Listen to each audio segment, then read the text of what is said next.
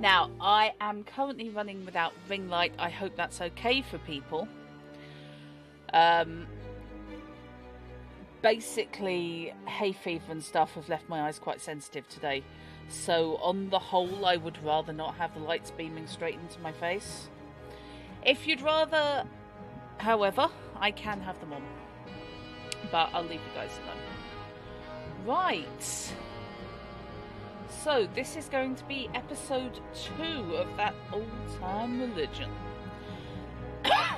Oh, it's massively better, yeah. I have used the eye spray and I have taken antihistamines. It's just literally, it was pain in the neck this morning. It just meant I was rubbing my eyes a lot. I look a little bit like I'm going to go for the throat, which is fine, you know. Before I log off this evening, can everyone please shout at me, tighten your mic stand, because it's a bit of a mission and I've just realised it's coming loose. Okay. I am ready to play the story.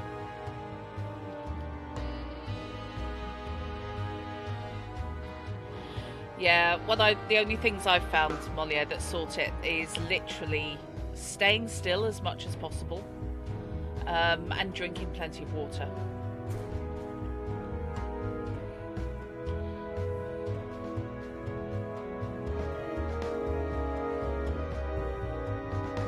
Show me the next lip.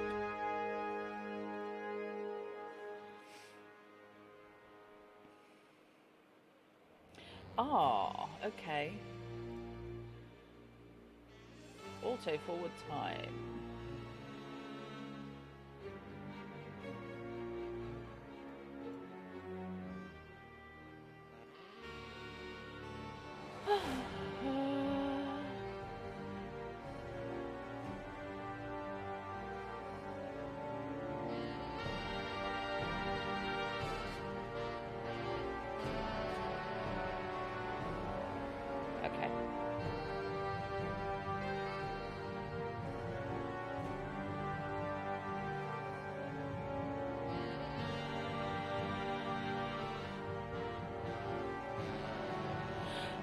Chrono, welcome back.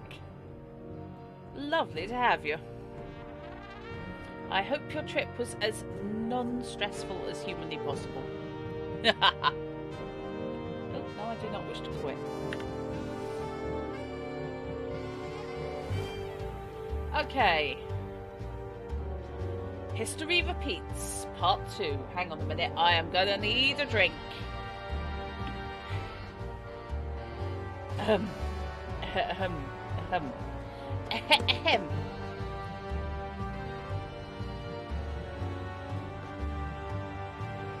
Well, this one didn't run for terribly long, only ran for a couple of hours, so with luck, you'll be around for most of it. Okay.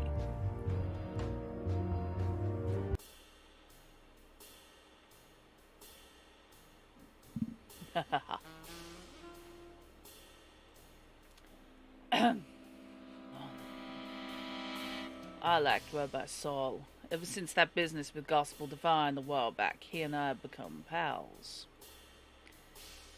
We got together at least once a week, chewing the fat, discussing sports and news, and generally just enjoying each other's company. We were both men who understood how crappy the world could be. Not that I wanted a convert or anything, but I did like the man.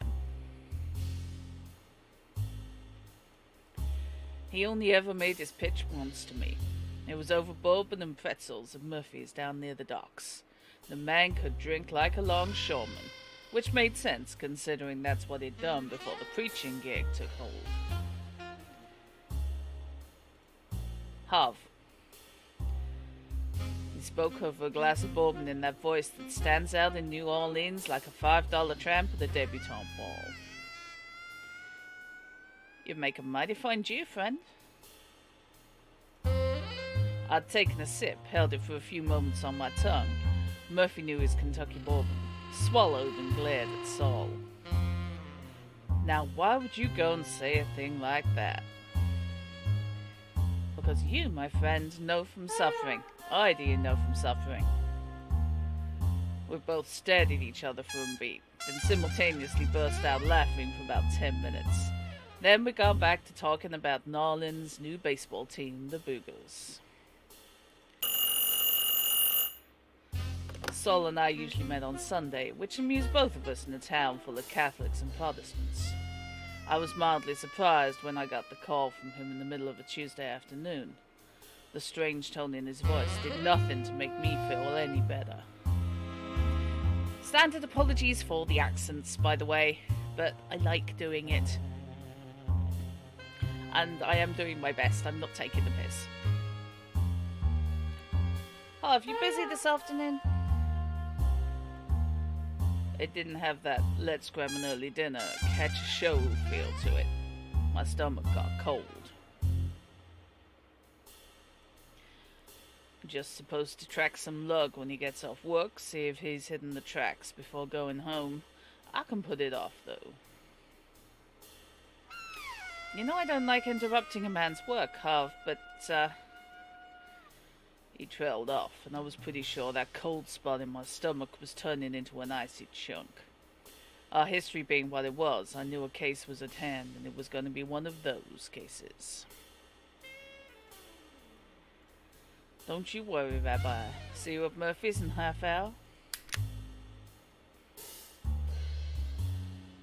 The man looked like he'd seen a ghost when I saw him sitting at our usual booth far from the door. I hate being right about things like that. There was a man I knew of when I was but a boy, Harvey. You know I'm German Jew. Oh, what is he? Okay. Nope, can't do a German accent. Not happening. Born and raised in Augsburg, right? He was hitting his glass of bourbon pretty hard, and Murphy let me know subtly he'd already had 2 doubles before I got there. Yeah, sure, Saul. You told me. I've always been surprised how you don't have that much of an accent. So am I. Leastwise, not one that undercuts that New York Adelian Texas voice of yours. I'm not even going there. I was going for a laugh, but all I got was a brief smirk, and then that haunted look came back. Yeah, I'm the Yankee duck out of water. Still, I remember a lot from my childhood there. Frankly, there were some things I wish I didn't. He drained his glass and motioned for another. I'd never seen Saul put that much away. I'm not a man given to alarmist reactions, but I was starting to worry a bit. Okay, Rabbi, what is it? What kind of trouble are you in? He looked back at me a bit shocked. I had my no-nonsense face on, the kind of face that people often see before someone ends up shot.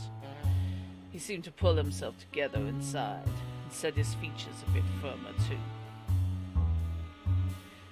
No, Harv, it's not like that. Leastwise, I don't think so. It probably has nothing to do with me at all. Could be God just figured I should be around for when this guy popped back up again. He stared at the nearest window for a moment, then practically whispered. The big guy has a wicked sense of humor, you know? So, who is this guy who popped back up? Someone from your childhood in Germany? I don't like coincidences. They almost never were. I knew his name was Richard Lodenhertz. He was a very strange man, Harv. Spoke with kind of an English accent, but there was definitely something very French about him, too. Spoke German pretty well, but had a lot of archaic words in his dictionary, if you know what I mean. His eyes got a far-away look as he was clearly remembering the details. How he dressed and what he carried made him all the stranger, you see, 'cause the first time I saw him was in the middle of a riot, as he saved my father's life along with a number of others. English and French with the German surname, excuse me?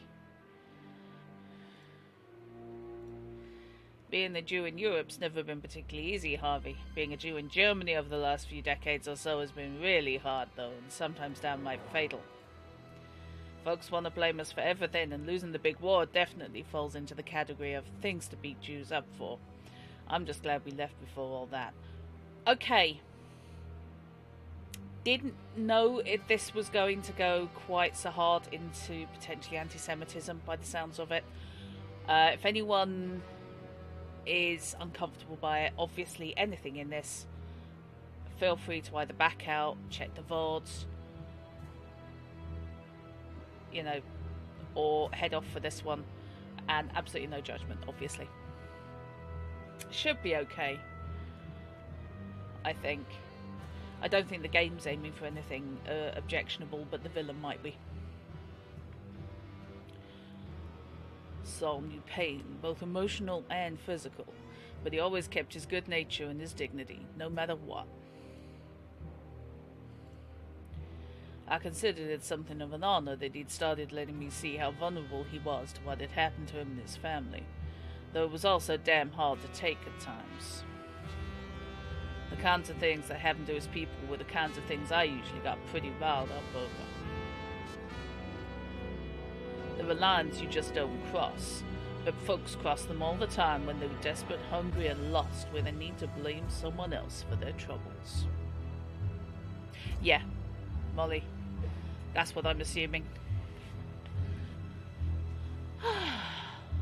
And indeed, hello, Alexia.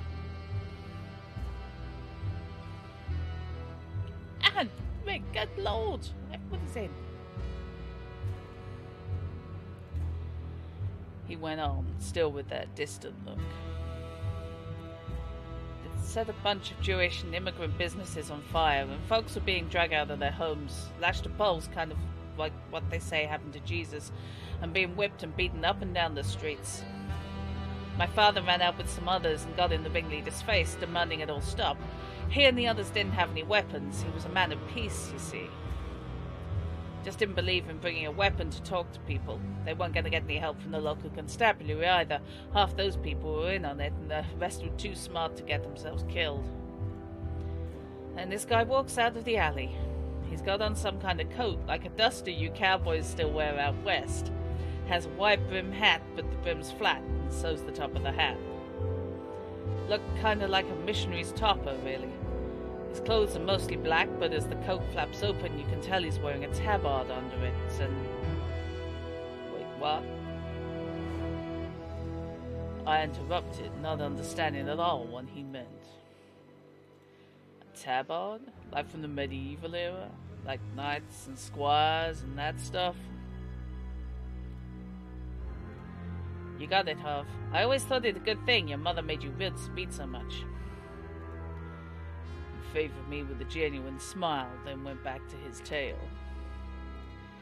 Yeah, it was a tabard. It was white at some point, and some parts of it still were, and it had that red cross on it, like all the classic Crusaders wore.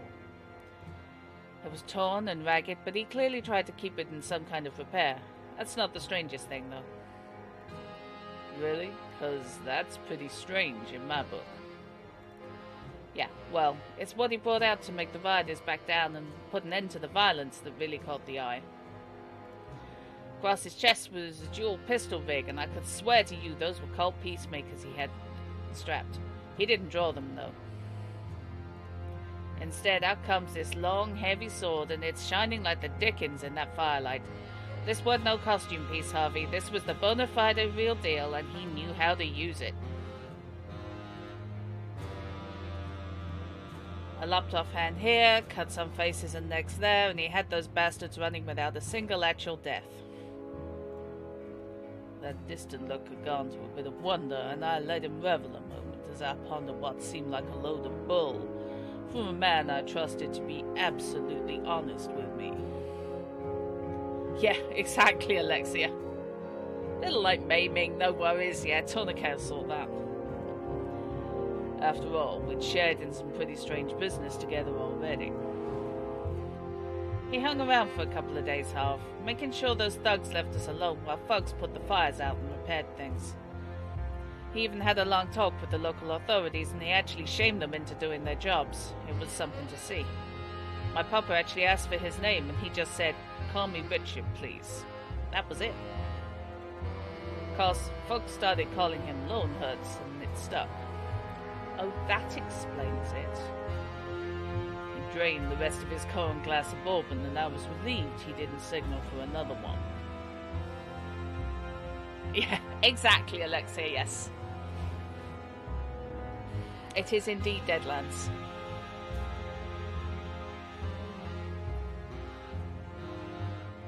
Like I said, he left after 2 days, and that was the last I saw of him.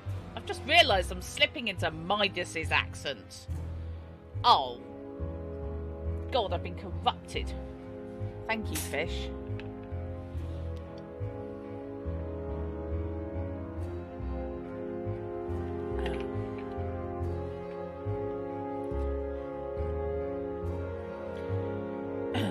Turned away from the window and looked me dead in the eyes, and for all he'd had to drink, they were crystal clear and full of conviction. So yesterday, Harvey. Yesterday, I swear to you, I saw the man I knew was Richard Lowenhertz walk out of Bishop Brian McClarty's church show as we're sitting here at this table. Alexia, Deadlands the Weird West is this setting's past. So if you advance that one up to the 1940s, that's where you are with this.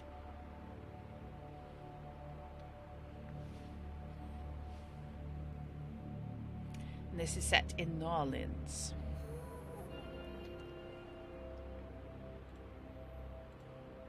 The man didn't look a single day older than he did almost 50 years ago. I didn't bother asking what most would have asked. Saul was sure enough, and saying those words would have done nothing but damage the trust we had. Most folks would have shook their heads and walked away, convinced the old rabbi was nuts and to be avoided.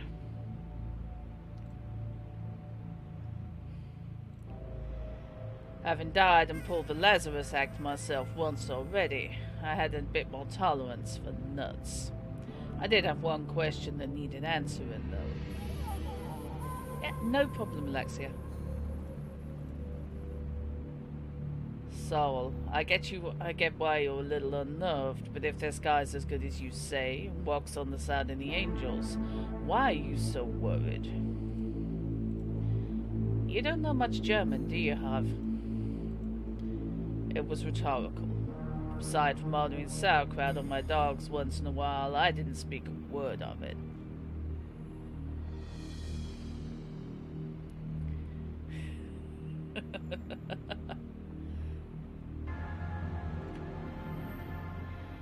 Lowenhertz isn't a typical German surname, my friend. It's a title that only one famous man is really known for. My people honestly believe it was him who came and saved us. Lowenhertz is German for Lionheart. I thought it was. Which explains the French, English.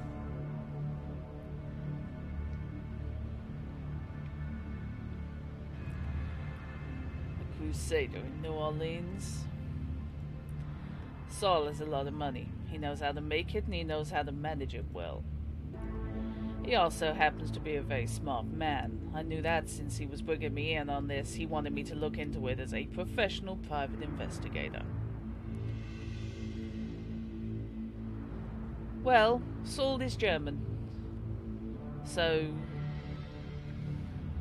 people started calling him the Lionheart in Germany, so Lionhearts.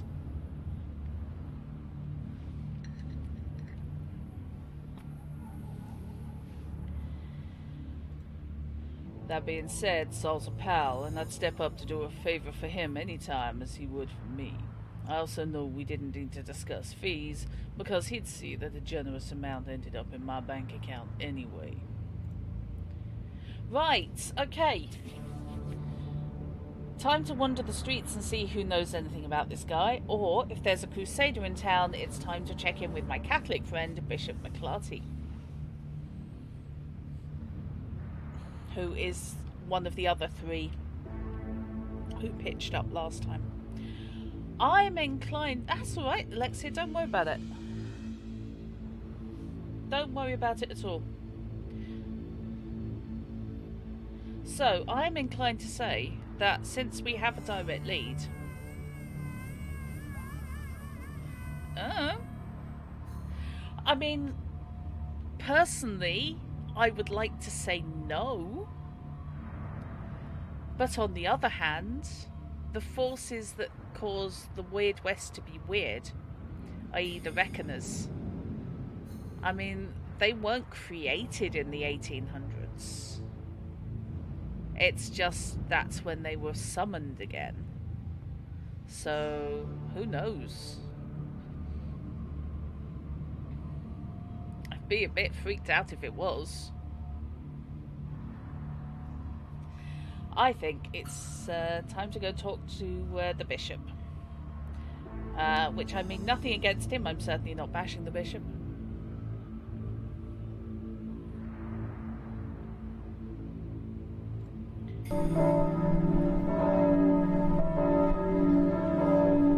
I met the good Bishop McClarty the same time I met Saul and Nolan's big hooker, Daddy Thunderhand. Of the three, it's fair to say I'm the least close to Father Brian, mostly because I make him distinctly uncomfortable.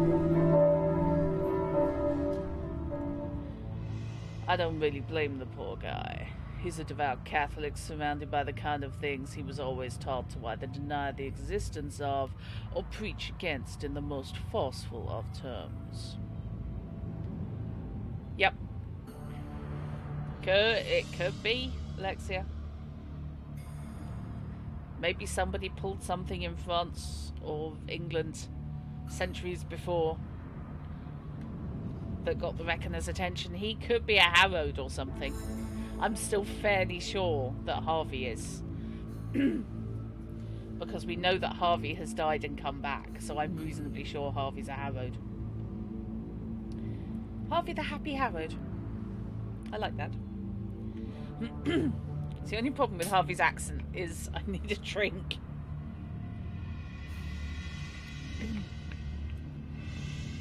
It's almost just as well that they haven't done any more of these episodes. I'd just be going through so many apples at this stage. Reality forced him to instead deal with folks who constantly shook his foundations. He has to do it to take care of his flock, and he's a good enough religious leader to do what he must for those who follow him. But he doesn't have to like it. Yeah, that's not a bad idea.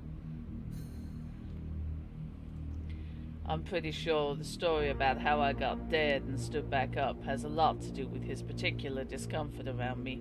After all, my name's not Lazarus, and it's not the Lamb either, so I don't have the right kind of claim on such miracles. Yeah, we don't have any proof that he's harrowed yet, but since that's the only normal, I say normal, way to come back in this setting, it's likely. Hell, it's not like I asked for it. Not that I'm complaining either, but it did nothing to make my life less complicated, that's for sure. Regardless of how uncomfortable I make the good bishop, I had no doubt he'd see me and give me whatever he had on this Richard guy. After all, the more I dealt with the supernatural weirdness of the city, the less he'd have to. Imagine my surprise when I discovered how wrong I was. I'm sorry, Mr. Jenkins, but Bishop McClarty is simply not available at this time. She was cute, a bit thin for my tastes, and a bit too severe with the minimalist makeup and the frock. But there was a subtle something under it all that told me she'd probably be a lot more approachable for the right guy, which, of course, I was nowhere near to being.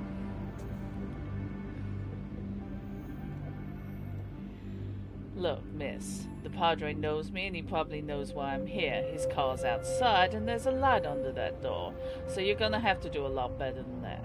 At least go tell him I'm here. Her face didn't move an inch, but her eyes still managed to let me know she was not gonna let me talk her around her orders like that. If you'd like to come back tomorrow, say. She glanced down at the calendar. Oh, never mind. He's booked up until at least late Thursday, it would seem. You know, and I know you're giving me the runaround, lady. If the Padre don't want to talk to me, he ought to have the nerve to at least tell me to my face, considering what history we have. I assure you, Mr. Jenkins, that... She got cut off as we both heard a raised voice behind the bishop's door. You need to go, Mr. Jenkins. Now, please. There are private church matters going on that you have no business in. Right. Fine, I'll come back tomorrow, but you best be ready to see me then, or nuts to that. I'm inclined towards nuts to that at the moment.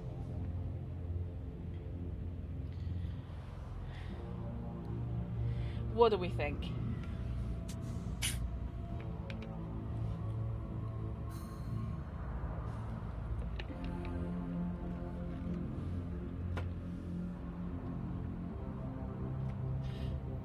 So, you haven't watched that video I posted in entertainment, have you?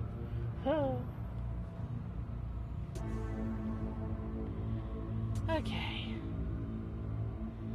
If he wants me to go away and come back, that means something time sensitive is happening. And the rabbi's worried.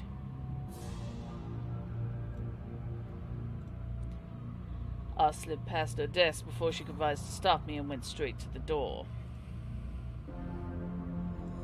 Mr. Jenkins! That wasn't for me. She knew I wasn't stopping for anything at that point. It was to warn whoever was on the other side of that door. Locked. It makes it really hard to make a dramatic entrance when the door is locked, especially if you actually respect the person you're barging in on enough not to try not to bust up his place of business.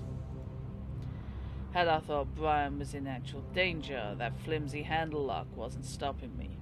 But tearing off a knob or cracking a door frame is a lousy way to treat a man you're trying to get a favor from, if he's just having an argument with someone. Bishop, open the door. I got a situation and it's not gonna wait.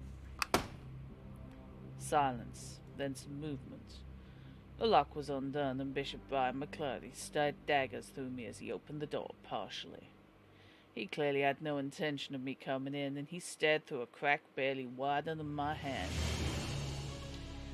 Harvey Jenkins, I don't know who you think you are, but I think I'm a man who's done you more than one favor in recent times, Padre, and a mutual friend has some real concerns about a peculiar visitor that's come to town.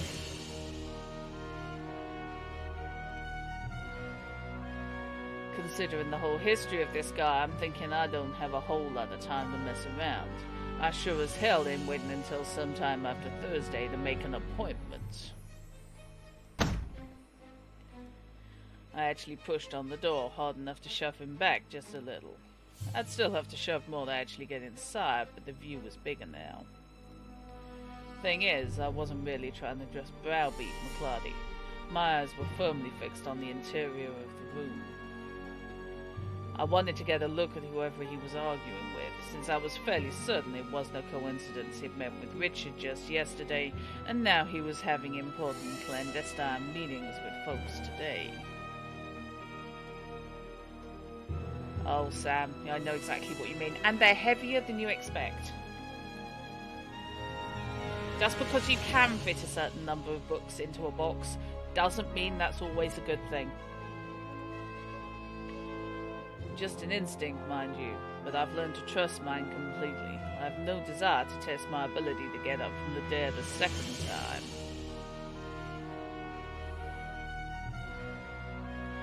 There, in the corner farthest from the window, enough shadows to conceal literally everything but fancy robes with a hood.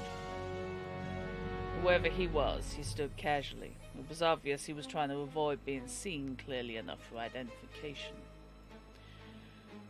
His outfit was really fancy and ornate, like something from the Renaissance era. The kind of thing you might expect someone from the actual Vatican to wear.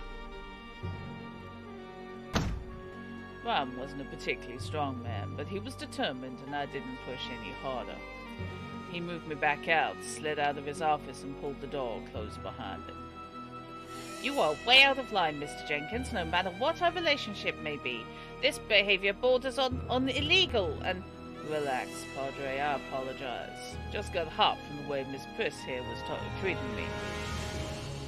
I heard a sniff from behind me at that, and I could swear I almost saw one corner of the bishop's mouth quirk up ever so slightly. He was all business, though. When he went on in a low, soft tone, it was barely more than a whisper. We are not discussing this right now. Come back tomorrow and I will explain what I can, which is frankly very little. Do not be seen coming here, though. There are watchers and you will create difficulties with both of us. Use the sinner's way. His eyes were actually full of desperate pleading, so I simply raised my hands, touched the brim of my fedora in a casual salute to both him and the secretary, and made my way out. Whatever was going on was serious, though. The Sinner's Way was the secret tunnel beneath the catacombs of his main church, and I was maybe one of a handful of folks in the whole world who even knew about it. Time to wander the streets and see who knows anything about this guy. I've developed something of a problem in the Big Easy.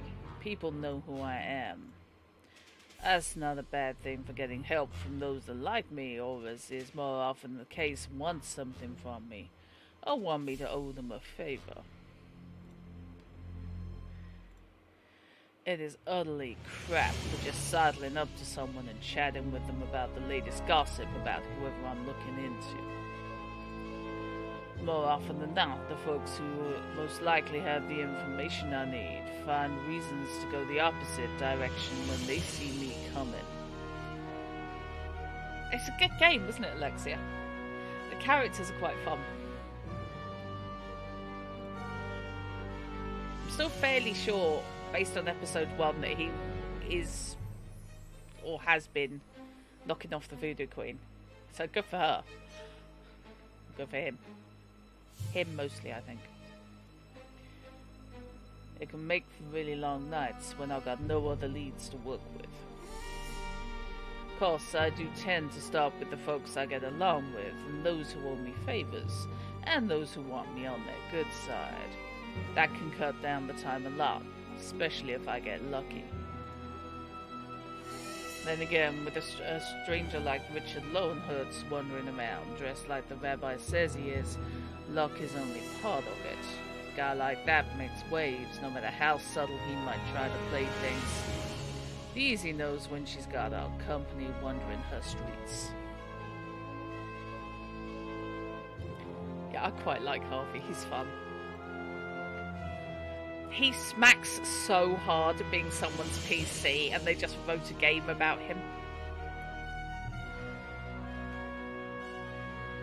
After a few hours and well into the night, I pick up that a big guy fitting the description I've got has been seen around town, apparently searching for something. Occasionally he'd bust up fights, interfere in a mugging or beat down, that kind of thing. Mostly, though, he'd ask for folks about children gathering together for some kind of grand purpose. Most folks shrugged it off as creepy and weird. Me, I figured it meant things were about to get a lot worse.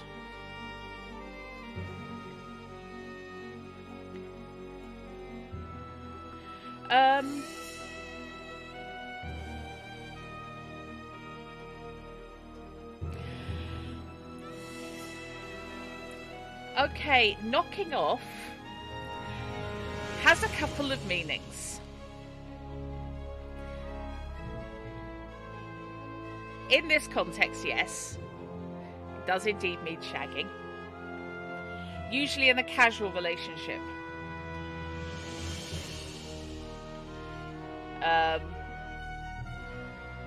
It can also mean killing or stopping something. So, welcome to the English language. Context is king.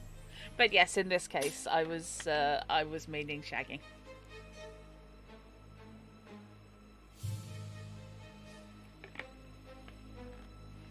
They most definitely had a thing going in the first game. Indeed, fish.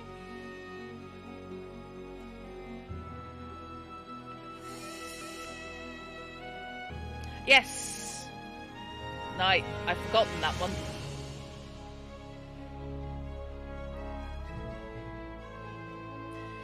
Eventually, the information led me to a hotel pretty far off the beaten track, a place called La Grande Maison. Okay, do I stake out the place where my target is staying, or nothing like the direct approach? Time to find out what room he's in. I'm thinking staking out might be my idea.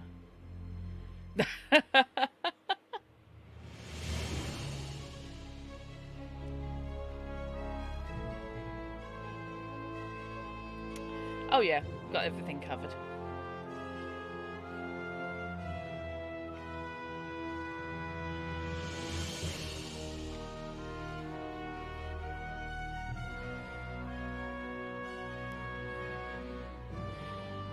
Also, on the context is king basis, be careful if anyone uses the term knocking up. Because that can mean at least three completely different things.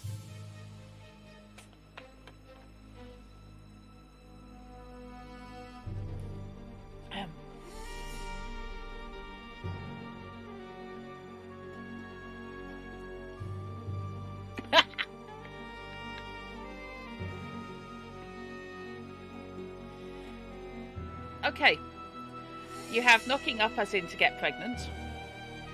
You have knocking up as in to make something. You can you knock up a set of shelves. Yeah. And especially up north here, knocking up means to wake someone. Usually banging on it dates from banging on their front door. Factories would have knocker-uppers.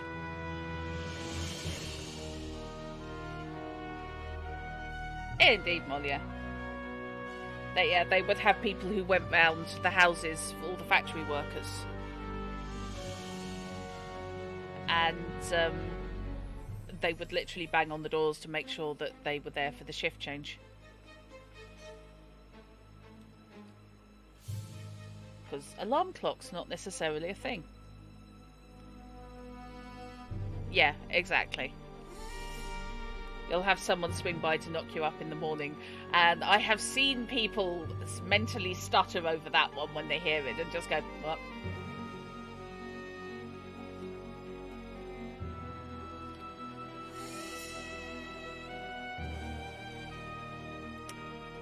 Yeah, that's fair, Molia.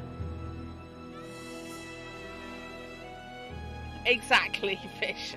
I'll see if I can knock up a few mercs for backup. Yeah.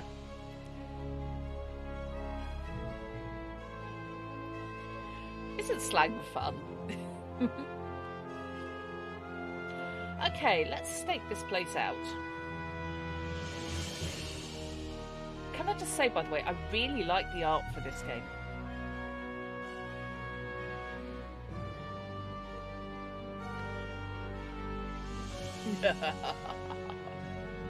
Regret nothing, Alexia.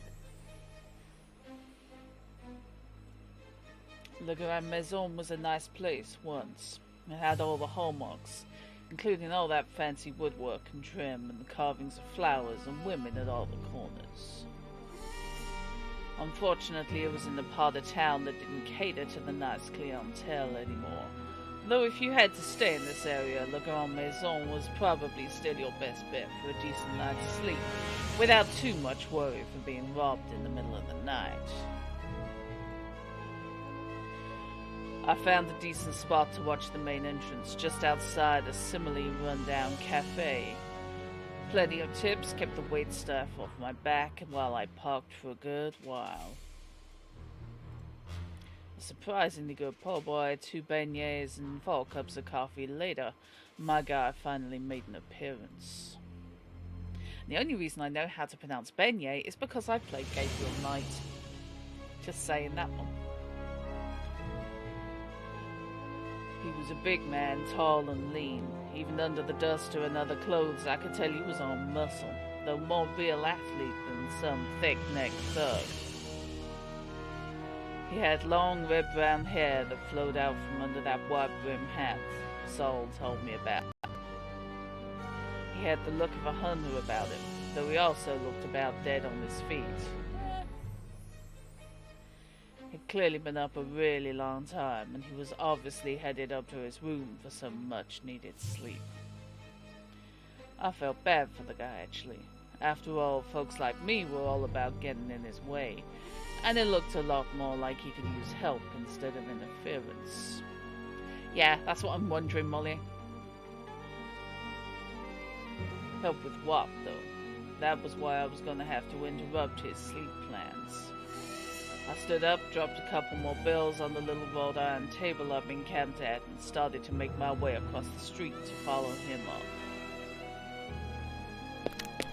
He threw me for a loop by making a sudden turn and half running towards the alley around the corner of the building. I had to pick up my own pace to make sure I didn't lose him, which wasn't my idea of the subtle approach I'd hoped for. I moved into the alley expecting to have to break into a full run in order to find him. Instead, I nearly bowled him over as I ran into his back. Shh! Listen, and let your sense of smell be open, friend. He whispered this, and as quiet as it was, it somehow went straight to my ears, and I held my own tongue. Like he instructed, I focused on what I could hear and smell. Heavy, almost animalistic breathing, foul musk like a wild animal berserk with fear and rage. Without another word, he slipped his sword, out of a scabbard you'd never even see if he didn't open his duster. He then handed me one of his revolvers, sparing me only the briefest of glances. I was struck by just how dark his eyes were and how young his face was for someone who'd lived this long. I didn't take the revolver, instead going for my own pistol in the shoulder holster.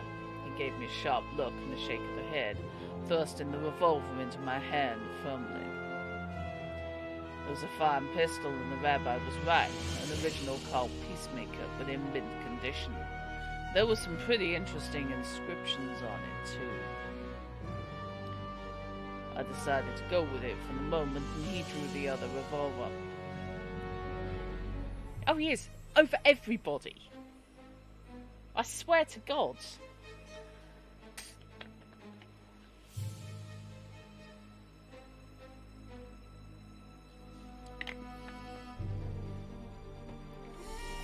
Harvey is very even-handed on such things.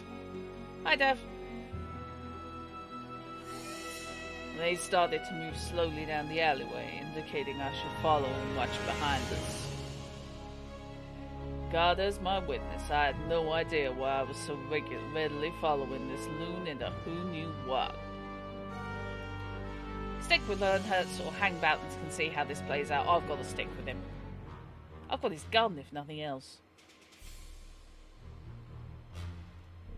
Displaying an utter lack of sound judgment, I stuck close to him as we both slowly made our way down the alley. The stench was getting worse by the second, and the heavy breathing had turned into a low, rumbling growl. Yeah, be the feckin' werewolf behind you then.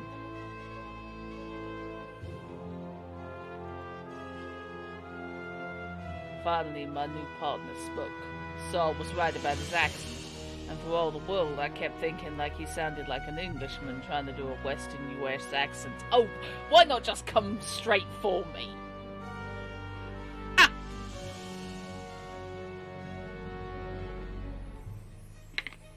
I feel extremely targeted now. You know what? He's going to be British. Why is he going to be British? Because I can't do many American accents. I've already used 2. Possibly 3. I suppose I could have gone with Irish for the bishop. But that would have meant breaking off into, what's that then, Ted? And having to keep that for a while.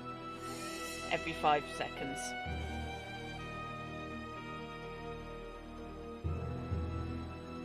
You've stalked me, creature, perhaps to pay me out for what I've done to your kin. An unwise choice, I assure you, for you've stalked the hunter, and now the hunter stalks you. Okay, he's apparently Bulldog Drummond. Okay, I can go with that.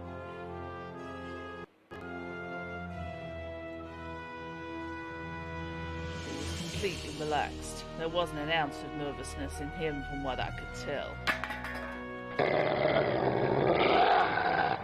When the pile of cans and boxes exploded and a gigantic mess of fur and claws and teeth came flying out of it at him, he seemed to actually loosen a bit as his reflexes took over. Worth Googling, Sam. Although there's at least one person in chat I know who can give you the outline for Bulldog Drummond.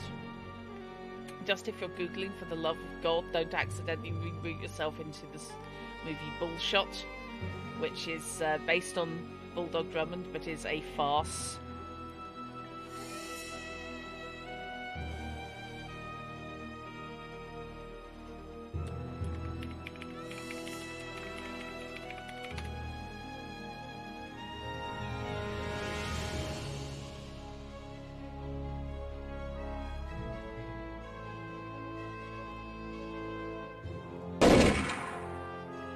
I could have sworn I saw a slight smile play on his lips as he raised the revolver and fired a shot. Werewolf. It could be nothing else, for all I knew. It was a fast one. He twisted in midair and caught the slug in the shoulder. It looked pretty bad, and he howled like the heavens were burning his soul.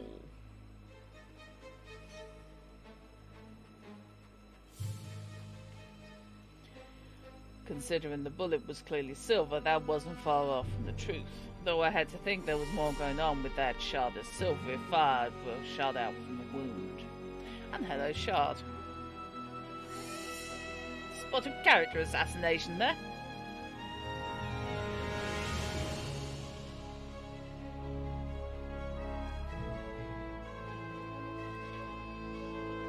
Blessed by a friend of mine, creature. His name's Michael, and if you repent now, you may be blessed to see him soon. He could have been having a reasonable conversation with a colleague about religion or the latest baseball scores by the tone of his voice. It's been said I have ice water in my veins, but there are things that scare me, and I'm not afraid to admit that. I didn't think that the man with the sword had ever been truly frightened in his life, which made him truly insane in my book.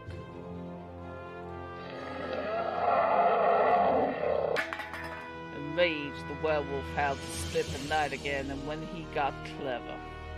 Instead of pressing the attack directly, he left for the pile of cans after Richard's left, then flung a big one at him.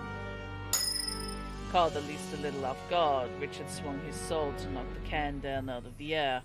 The beast timed it nicely, though, and leapt in at the same time, hoping to take advantage of the Crusader's already engaged blade.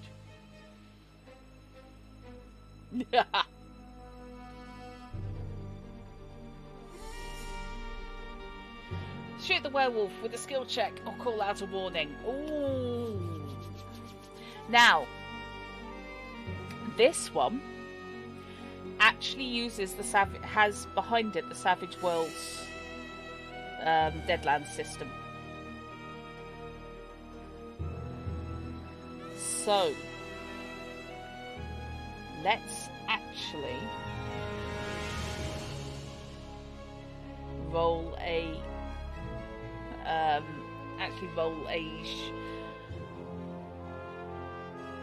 shooting skill. Definitely shooting pistols.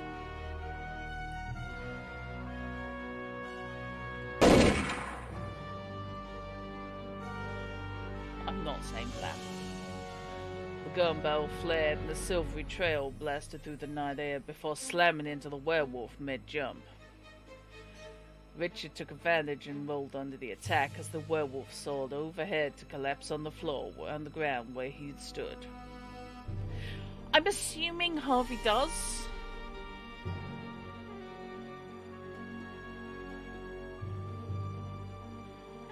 Oh, fair enough, Fish. That would definitely have to be done dual, though, because I'm not buying it yet. Not while it's full price. But happy to put Ghost Recon Breakpoint onto Tails then. Evil Angel. I will put up with Evil Angel. I never saw or heard anything until the hot flesh of agony erupted in my upper back. She was the sneaky one, no doubt. She was all about sneaking up and making a meal out of the man who'd just blown a hole in the forehead of her apparent mate. Last thing I saw as the red turned to grey was Richard running at her with his sword, face set in that grim battle way men have when there's nothing left but the killing.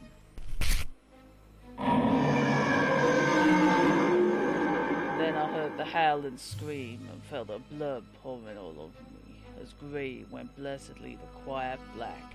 Can we also just say they're spelling grey right? Whoever wrote the subtitles, or at least some of the dialogue, is British. Oh, is it 75% off? Oh, fish, I hate you. Okay.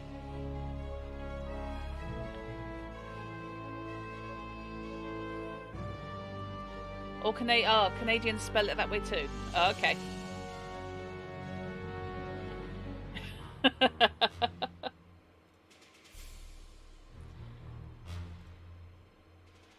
Harvey, why I gotta wait till you got holes in you before I gets to see you again, child? That smoky, sultry voice slid right into my consciousness as I came round, and I couldn't suppress the smile. As I recall, Mama, it was you who cancelled our last date. I don't think you can call me sitting with you on a stakeout outside a casino much of a date, Harvey. I got better things to do with my time than that. Even as she said it, my eyes were open to see the gentler side of her as she looked on with concern. In particular, she was checking the wound that Lady Werewolf gave me. I knew exactly why she was so worried too.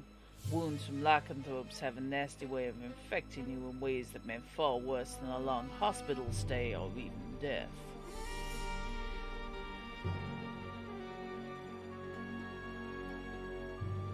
I think it'd be okay, Harvey, though I'm gonna want another look at it in a few days. You don't mess around with Loup-Garou, you know that? I sat up slowly and with her, or even Loup-Garou! Slowly and with her help, wincing as the stitches pulled. She was a decent medic too, but using her services instead of going to an ER had its drawbacks too. It's not like she signed on to be a doctor or anything.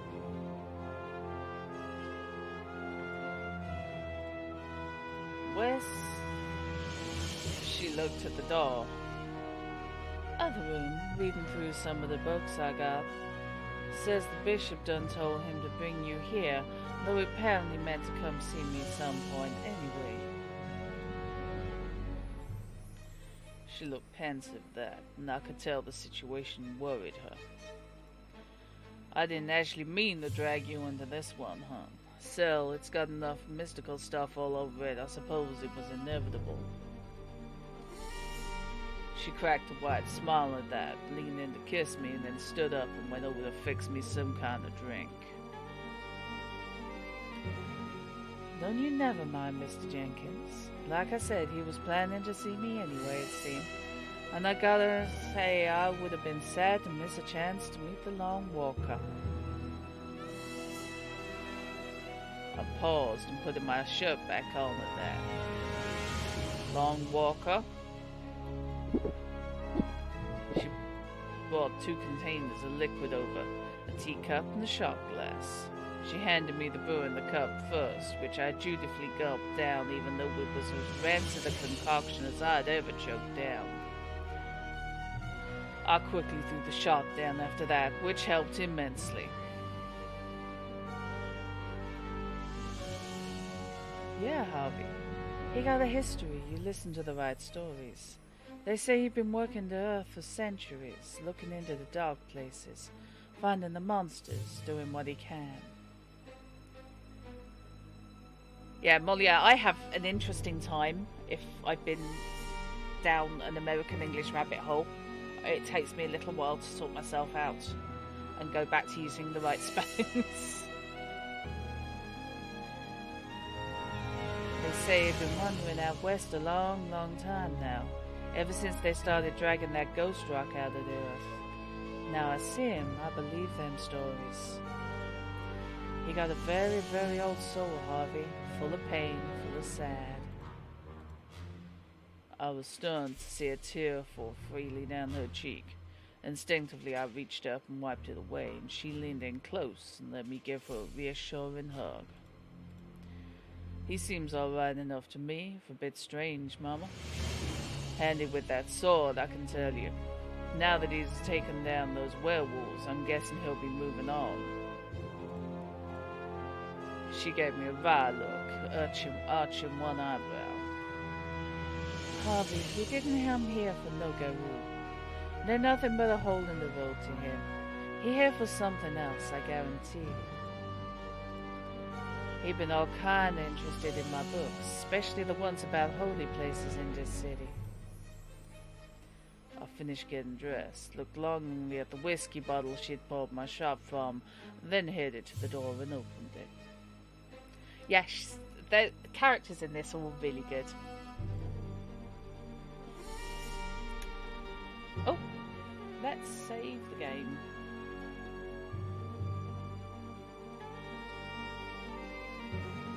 Okay, so what are you doing here, Richard? Were you in New Orleans, or how do you like Mama Bonte's hospitality?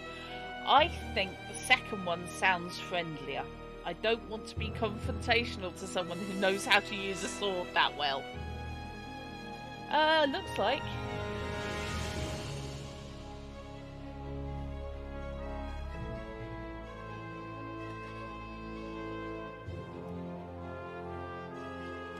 I mean, she's Creole, so...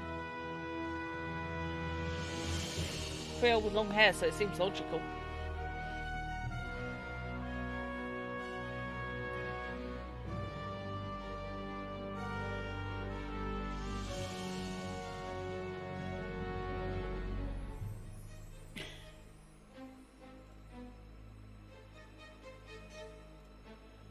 So, friend, what is it that brings you to town? He'd taken off his duster and his chainmail armor and was sitting around in denim jeans and a cotton pullover shirt. His pistol rig and sword were lying on a table nearby, though I had little doubt he'd have either in hand and ready to fight in mere moments if the situation called for it. And it's a bit clearer in that picture, but yes, she does.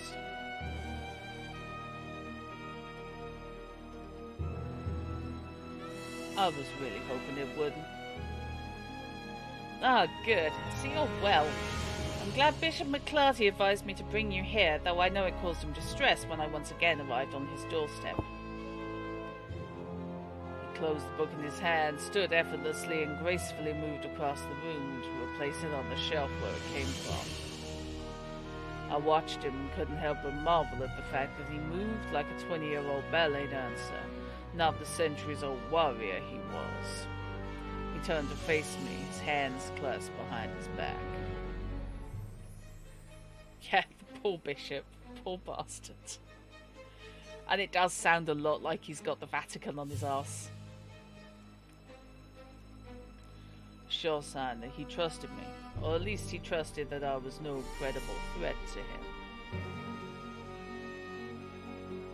Either Milady Bronte is more knowledgeable about me than I imagined, or Bishop McClarty broke his vow, or you are an exceedingly good detective, Jenkins, to know my name.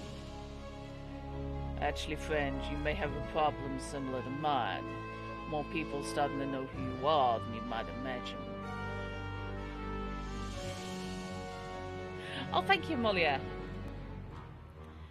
At any rate, McClarty broke no vows. Got your name from another friend, one who met you when he was a boy.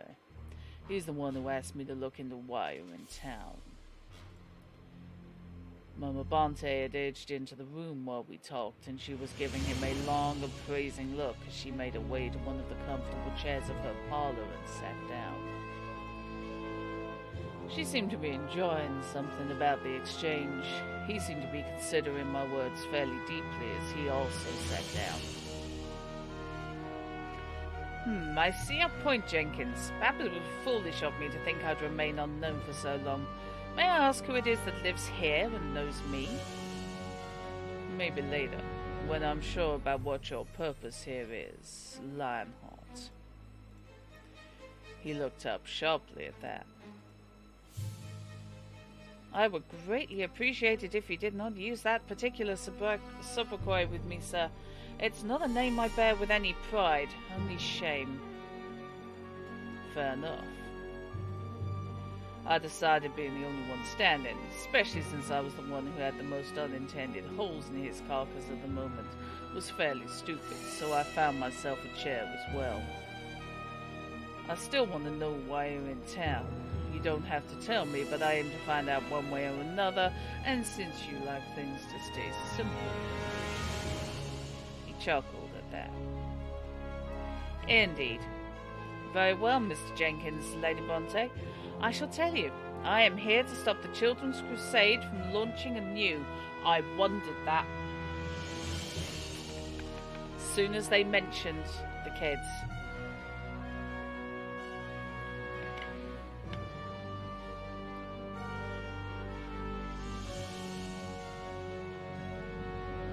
Mama Bronte and I just stared at him, then at each other, and back at him. Come again? He smiled. Wasn't patronizing at all. It had the quality of sincere understanding. I shouldn't exist, yet I do because God and the Tempter both have interesting senses of humour. There are many things at work in this world, as you both well know. You also know there are many ways in which something that should be dead is not. I nodded at that and shifted uncomfortably. Mama just smiled at me. One such thing is Nicholas of Cologne, the shepherd who attempted to reach the Holy Lands with his followers across the Alps. His mad quest was doomed, and all thought he'd died alongside the last of his followers in their final push. Instead, something very dark possessed young Nicholas, feeding off his obsession and his mystical gift for drawing followers. He's now called Nicholas the Bitter. I've tracked him here a very long time, and now I'm certain he's here in New Orleans, where he intends to launch a new children's crusade. Only this time he's determined to cleanse the new world of what he deems as corruption and evil, planning to rule in God's name over these lands. I'd heard a lot in my time in this business, and seen a lot too. Enough to know I couldn't dismiss what this apparent madman was telling me. Still, I knew I was going to need a few more drinks in me before the night was over. Yeah, I just have a feeling half of these people, everyone's going to be mashing the adopt button. Alright, saying I believe you and we decide to help you. What next? We spent the rest of the night making plans. He agreed to lay low, mostly to avoid getting into any scraps with the sons of James, and let me do the necessary poking around. He pointed the way, though. Okay, so he'll gather children to him. I think it's time to check the orphanages for missing children. Someone like him's bound to create some missing person cases. Time to check the police station. I don't think anyone had used the emote, but Harvey does seem to be triggering adopting feelings in people.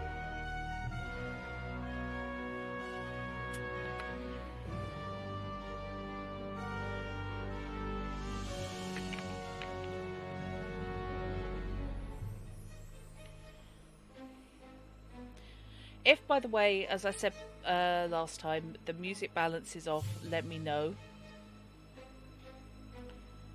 God, there's a lot of reading in this game.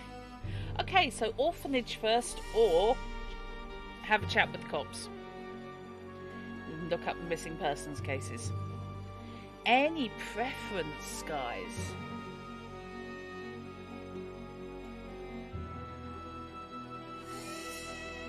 Yep, seems reasonable. Orphanages.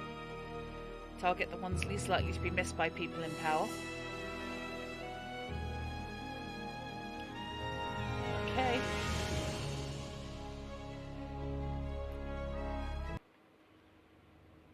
this looks good.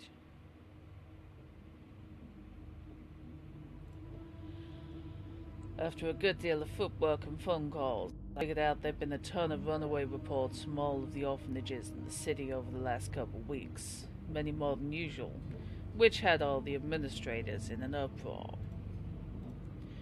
Most of them were worried about their charitable donations or subsidies tanking, but at least a few were good enough to be genuinely concerned about the kids and wanted me to find them. I'm just thinking, if anyone suddenly starts wandering around with tally marks drawn on their hands or something, worry. It wasn't until I got to the house of the Good Shepherd, however, that I discovered things had become sinister and more desperate. The scent of drying blood and other stenches I know only too well meant that a lot of death lies ahead, wafted out the front door, which was cracked open. As soon as I walked inside, I saw the first two bodies. A woman dressed like the kind of matron I'd expect in an orphanage, and a man in work clothes meant for tending a garden. So was the rake he'd really been trying to use as a weapon against whoever had killed him. The two of them were cut up horribly, gashes all over their bodies. It looked like they'd been in the worst knife fight I'd ever seen, except I knew right away those weren't knife wounds. Hi, Rugpan! They were from a sword.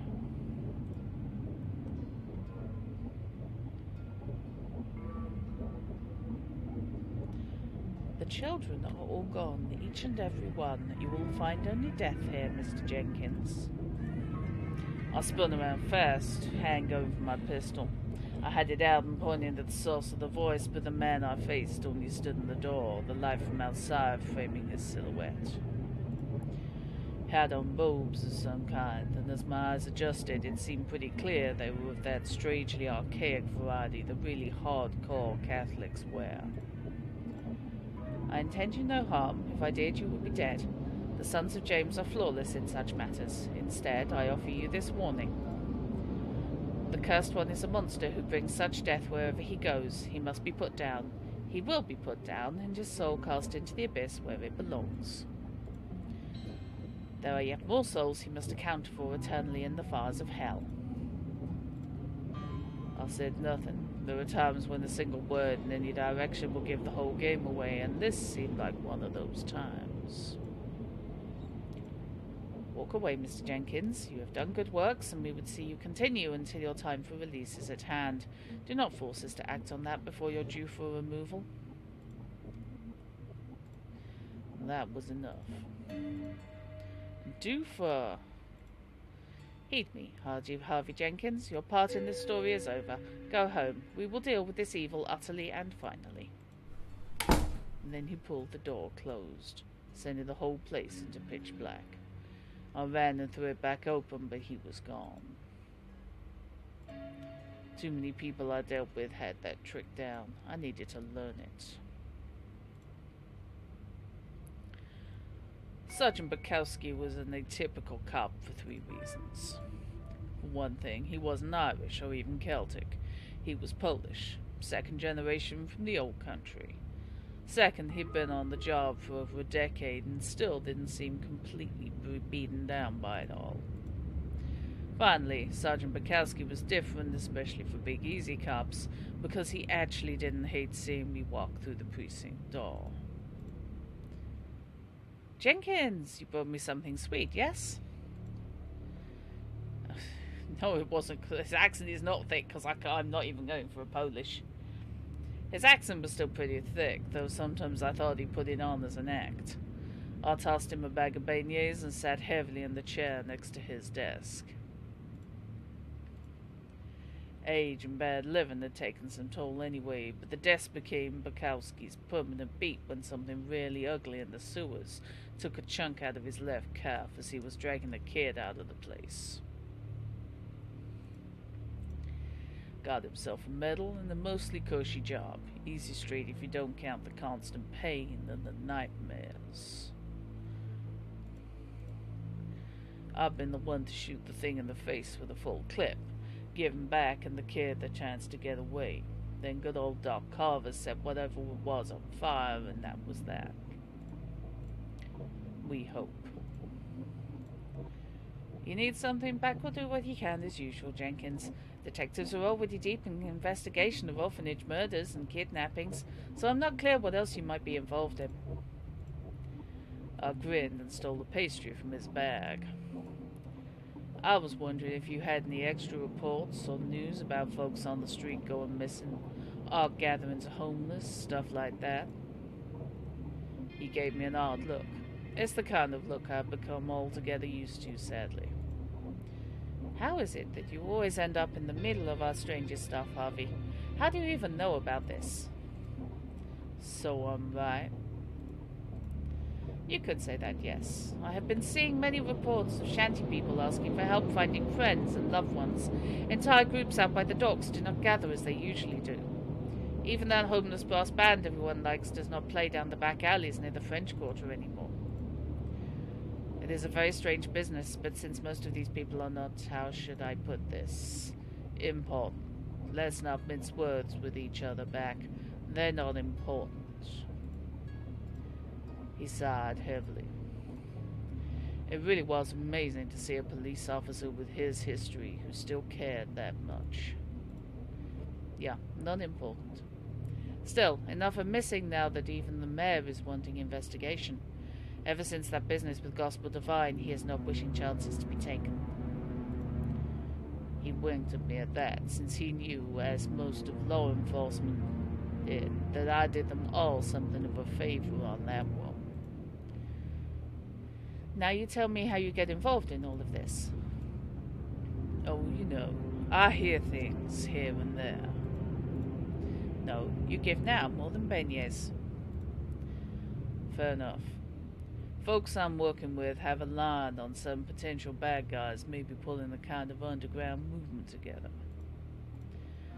It's bad mojo stuff, is it? Mojo back, and yeah, I think so. Then I will tell you that some of the detectives are thinking there is something odd with the old freighter ship that is sitting out in harbour for more than 2 weeks now. It refuses tugs. Its captain insists it is waiting for something important before it can dock, and it is making many people more nervous all the time. When Harbour Master sends boats out to inspect, the captain says there is possible disease on board and he should stay away. Offers to send doctors are refused. We're not called in, but there is worry. People more clever than I.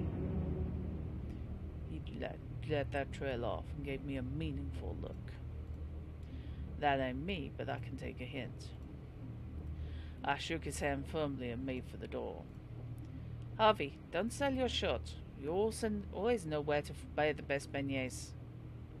It's time to get a boat. Okay. We're gonna need a bigger boat. I don't know. Are we?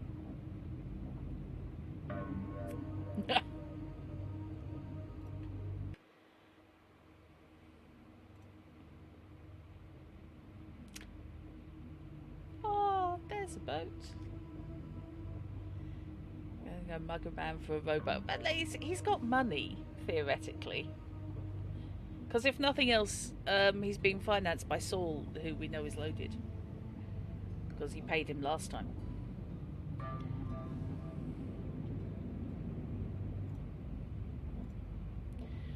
It all came down to that freighter out in the harbour. I'm not a big fan of coincidences in the best of circumstances, and this certainly wasn't even a moderately bad circumstance. It was a truly awful circumstance, if you really want to know how I felt about it. I was craving back alley beatdowns by loan shark thugs by this point.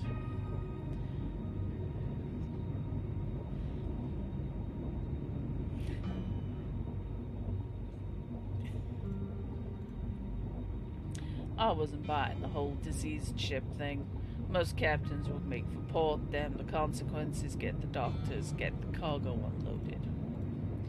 The fact that he claimed to be waiting for something and then insisted there was disease on board smelled entirely of throwing whatever excuse he could to see what would work. I'd done it enough times to recognize the technique. And then there was the added matter of that last little tidbit I picked up as I made my way down to the docks. It had to do with the registry of that freighter, something that stuck in the part of my brain that still held on to all that learning my mother forced on me. Italian, port of origin, Genoa. According to the stories, and Richard for that matter, that's where Nicholas' children's crusade collapsed, when he fell to part the sea for them so they could walk all Israelite-like to the promised land. Whatever was going on in my town, that ship was at the heart of it, which meant we were going to have to get out of there. Or even out there. Fortunately, I had a few friends who fulfilled 2 qualifications. They owned boats, and they owed me favors. Of course, with calling in favors, that involved the likely source of a man's livelihood. There were the inevitable questions, evasions, and risks of secrets revealed, which naturally left the other option. So, stealing a boat doesn't seem it would be all that hard. Need someone who can drive the thing. I can always lie as usual.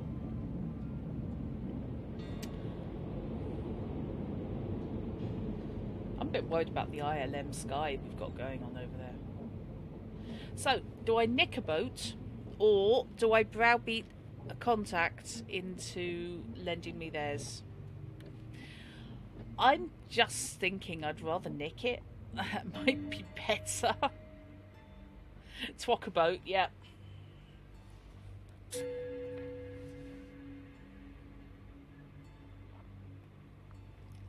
Swok, sailing without consent. A little obsessed with me mugging someone for a boat. Okay, twocking it is. And I'm figuring that Richard probably knows how to sail. I mean no disrespect, Jenkins, and I'm certainly grateful for the assistance, but are you really sure you thought this through? For a man who travelled the world over had no doubt spent countless hours on the deck of one ship or another, Richard looked decidedly uncomfortable, perhaps even a little ill. I'd have found that funny if it weren't for the fact that I was ill, and seriously at that. Neither of us, it turned out, had a clue how to handle a sailboat particularly well. I just assumed he might know, so that's what I focused on stealing, since it seemed the most likely to be nice and quiet, good for sneaking up on big freighters in the middle of the night. He had known enough to get us away from shore, and even managed to get the biggest of the sails extended enough to catch a little wind. That, unfortunately, is when things went really south for us. We nearly capsized as a gust grabbed the cloth of the sail and yanked the rudder out of my hand. I'll tell her, whatever. I went into the drink and lost my peace in the process, and Richard nearly fell in pulling me out, which, considering the chainmail coat he was wearing, would have put a quick end to our moonlight cruise. Oh, this is going horribly wrong.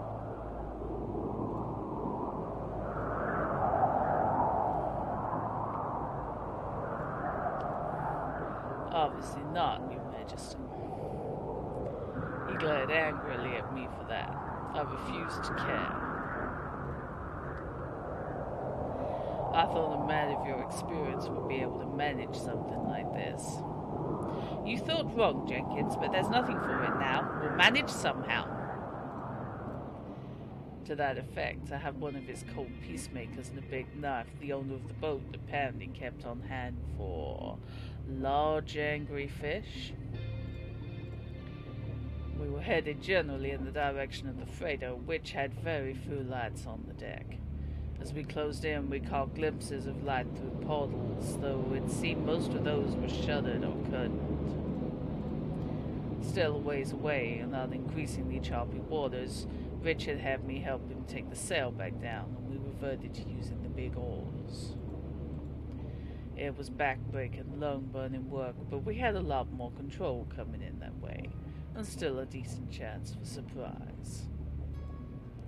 After all, what kind of idiots would row a boat down into the middle of New Orleans harbor in the middle of the night to board a quarantine freighter from Italy? Oh, right. We slid quietly up to the side, tying off to the cargo nets hanging down, then started the long climb up to the deck. Yes, they're bonding over seasickness and inability to sail a dinghy. I should have gone with the favour. We got to the railing and climbed over, miraculously still undiscovered, even though there were a handful of fairly meaty-looking guys with guns and clubs wandering around and keeping an eye out. Fortunately for us, they all seemed to have more muscle than brains and didn't really expect anyone. Richard pulled me close and whispered directly into my ear, "Calm down. I'll handle this lot and find Nicholas. You go find the children." Okay. You got it and good luck, or nope, we're not splitting up on a boat full of bad guys. I'm inclined to say Richard's probably better at fighting than me. And if he doesn't have to keep me safe, he's probably going to be even better at it.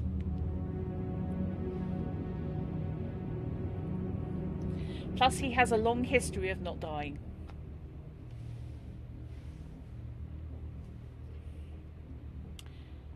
Harvey calls it a boat of bad guys. Personally, I call it a target-rich environment. What do we think? Yeah, I'm inclined to say now's the time to go looking for the kids. And really, really, really hope that they haven't seen Bad Seed.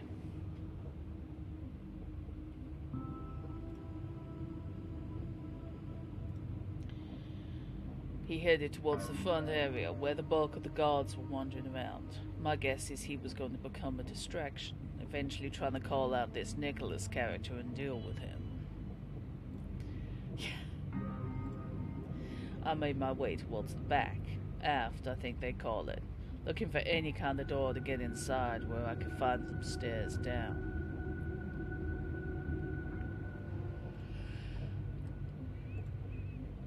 I found the door by running smack into it as it opened.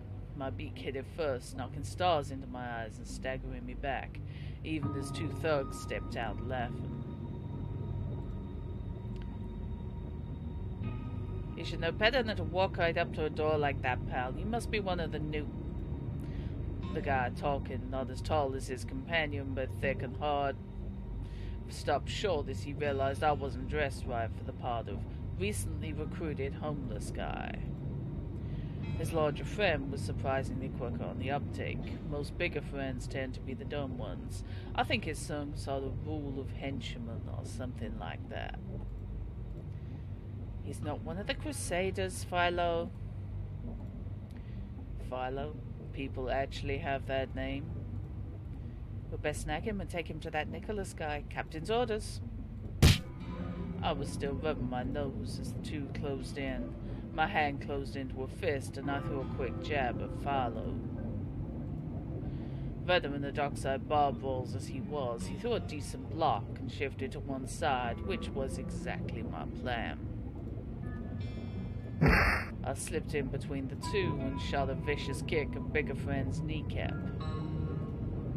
It was clearly the thinker of the two, not the fighter, and he staggered with an anguished cry as my hard soul shoes did a number on his patella.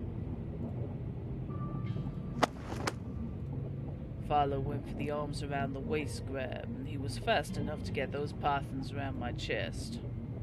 Fortunately for me, I've got a decent chest size, so he wasn't able to lock his grip before I flexed hard and threw him. Flung an elbow back, which caught the top of his skull. He really was pretty short. With a solid crack, my forearm went slightly numb, but so did his whole head as he hit the deck hard. Harvey's back in some impressive pecs. bigger friend had managed to get back to his feet, more or less, hobbled on one good leg. I moved to him, but he threw his hands up in appeasement. Not worth it. Yeah, he does, doesn't he? I think everyone's a potential target. I don't know. He managed to gasp through the pain. I ain't likely to walk right for the rest of my life, thanks to you, jerk. I ain't getting anything worse out of this. I held up, still on guard, but willing to let the fight end there. He stared hate right at me, and I actually felt kind of bad. After all, he was right. Most folks couldn't afford doctors good enough to handle an injury like that. Which gave me an idea. Look, buddy, you know there's bad stuff happening here, and you know why I'm here to put an end to it. You tell me where the kids are and how to get to them with the least amount of trouble. I can get you a doctor who's actually pretty good at fixing injuries like that. He owes me a favor, so I can get it taken care of, so you won't be a pauper for the rest of your days. This one really was a thinker, and I could see the gears turning. You get me a job on another ship? Yeah, sure, I'll throw that in. And not time with the cops, either. You know they'll eventually be all over this. That seemed to do the trick. I assumed the disease ruse wouldn't work for too much longer anyway. Yeah, any guy that uses the word ruse has a few more brain parts working than the usual crewmate on a ship full of thugs. Oh god, hello. Absolutely a bleeding cult.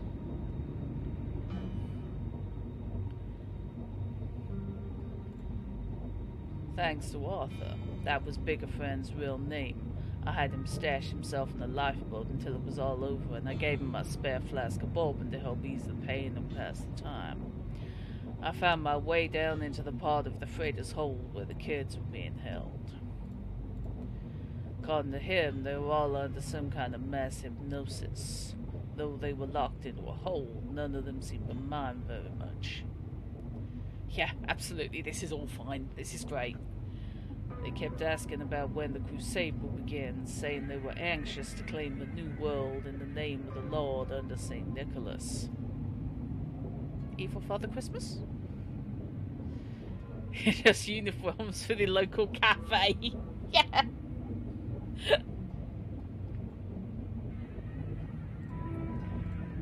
Creepy, to say the least.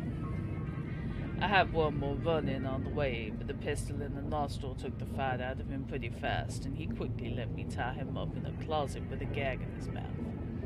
I hoped I'd remember to let him out when it was over. Though I didn't have time to get the full story from Arthur, I got the basics down at least. Nicholas showed up in Genoa with a load of gold and diamonds, buying the ship and crew pretty much outright. They had a bit of cargo on board for legitimacy's sake, but the real plan was to use the thing as a floating base for launching Nicholas's new crusade. Most of the crew believed the man was simply crazy, filthy rich eccentric. It wasn't until they arrived outside New Orleans that things got significantly weirder and more troubling. By that point, apparently the money was too good for most, and those that had anything to say about what was happening found themselves either changing their minds and joining the crusade, or dead.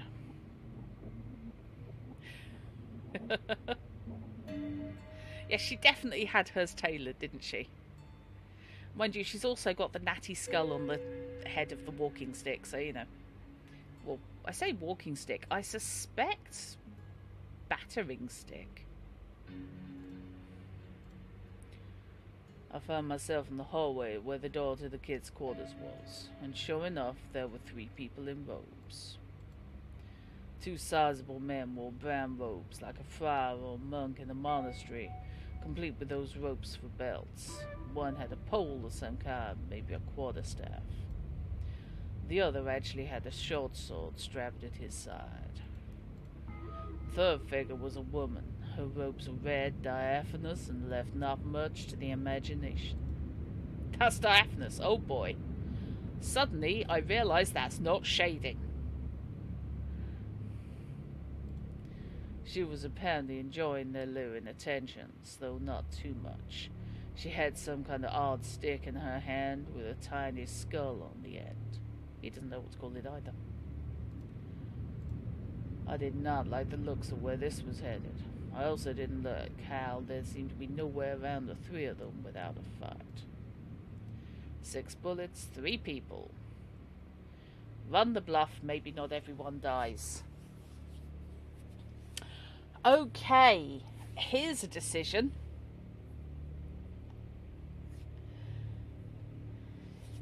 Oh, it's clearly a rank thing. I'd have a horrible feeling if there was a fella in her position. He would probably be in the diaphanous red robes, open to the navel.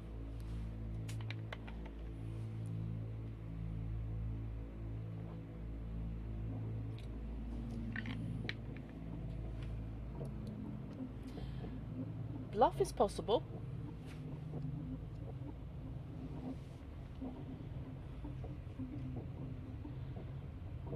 Managerial robes, yes. This has all got a very late night Channel 4 1970s. Yeah.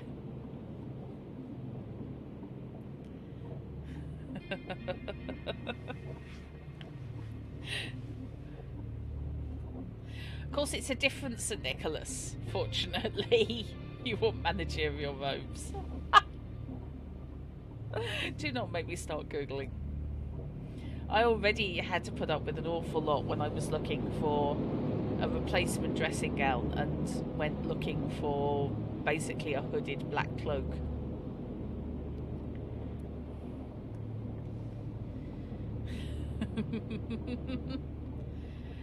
Now, Molia, to be honest, you are a manager. Do you want the robes, or do you want the robes and the spanking stick? Okay. Yeah, I'm inclined to say I'm going to have a go at the bluff.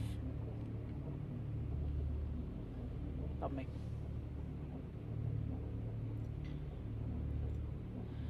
Richard and I had agreed to try and avoid killing anyone we didn't have to.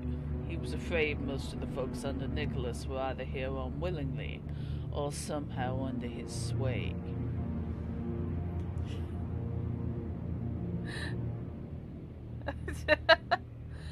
I just wanted an alternative to a dressing gown that wasn't just, you know, boring. And, you know, nice voluminous robes with a hood, you know. Look, it made sense at that time.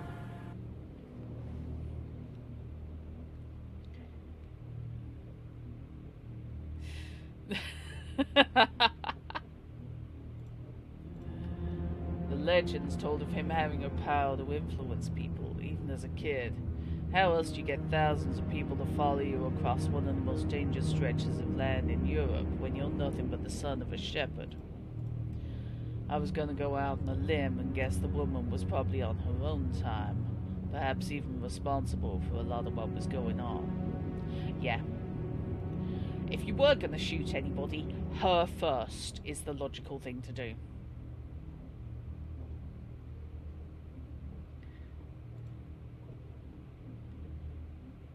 I was going to say that's not what I said, Alexia, but fair enough, autocorrupt. She just had that cultist with a magic stick kill people for power look about her. Call me biased. The 2 thugs may well have been patsies, so whatever I did, I was going to need to at least try and give them a chance to come out of this still breathing. I figured I'd go with old Plan D. Freeze, no one move. I'm Detective Donovan, New Orleans PD. Sorry, Nolans PD. My men are on their way down now. Drop your weapons and get your hands in the air.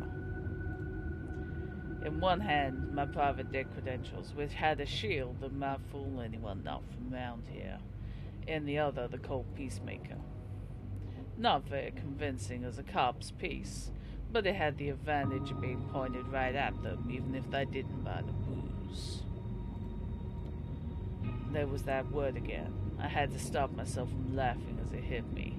Serious police detectives don't laugh to themselves as they're pretending dozens of flatfoots are on their way down for backup.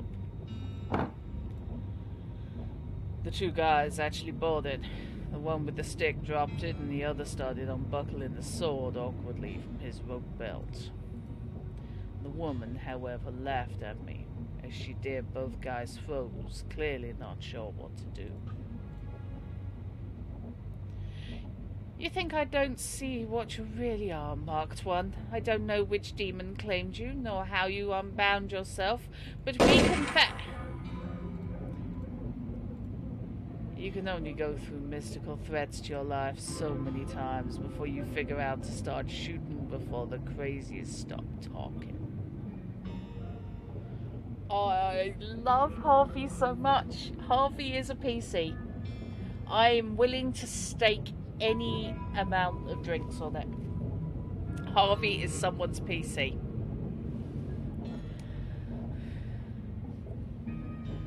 Alexia, is that a good or a bad thing? Because I'm doing my best here.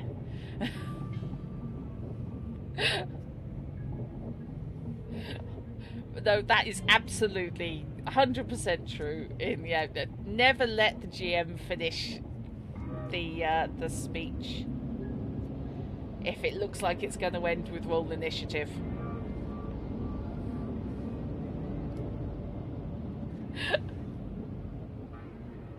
Excuse me while I have another sip.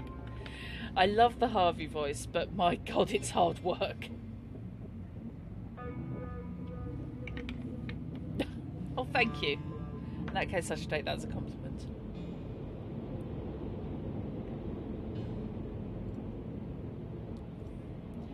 She had been about to lower the skull rod at me as she wrapped up, so I pulled the trigger. I'm guessing she thought she had some kind of magical ward against regular bullets, mostly from the look of disbelief and shock as she slumped to the floor, blood flowing from her chest. Sword Guy changed his tune from sweet surrender to kill that guy in a hurry as he drew and charged me. I got all stupid and tried to shoot the sword out of his hand, like I was really worried about disappointing Richard or something. Naturally, I missed and ran out of time for a third shot before he was on me. Thankfully, he was all bluster and moving pictures with his swordplay, no training at all. Not like I'd had any earlier, but I knew enough about combat to know he didn't know much of anything about it. Frankly, I'd be more worried about the guy with the quarterstaff.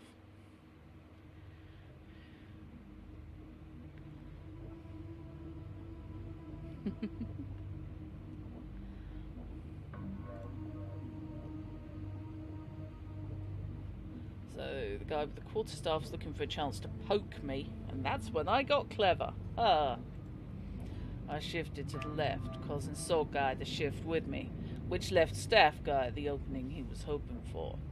As he went for the baseball bat swing, I raised my gun at his face. I didn't really have time for a good shot, but I didn't need one. All I needed was for him to flinch at the right moment. Down went Sword Guy as the staff smacked him right in the temple. Staff Guy was so mortified he barely saw the pistol butt before it smacked him right between the eyes and laid him out too. Thank you very much, Alexia. I appreciate that.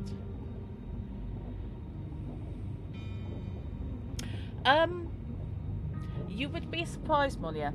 It's quite a tall corridor, and you can get a lot done with a lateral staff. Now, admittedly, the one I've used is, I think, 1.5 meters long. I've never used a quarterstaff, but I have to say, yet.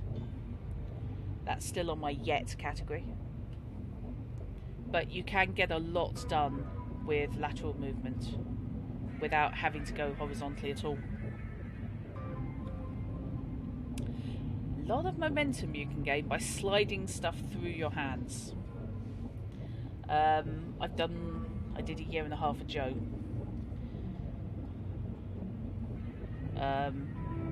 Which is the medium-sized Japanese stick. It's the one that the Japanese police quite often use for immobilizing rioters and things. You can do arm locks and things like that.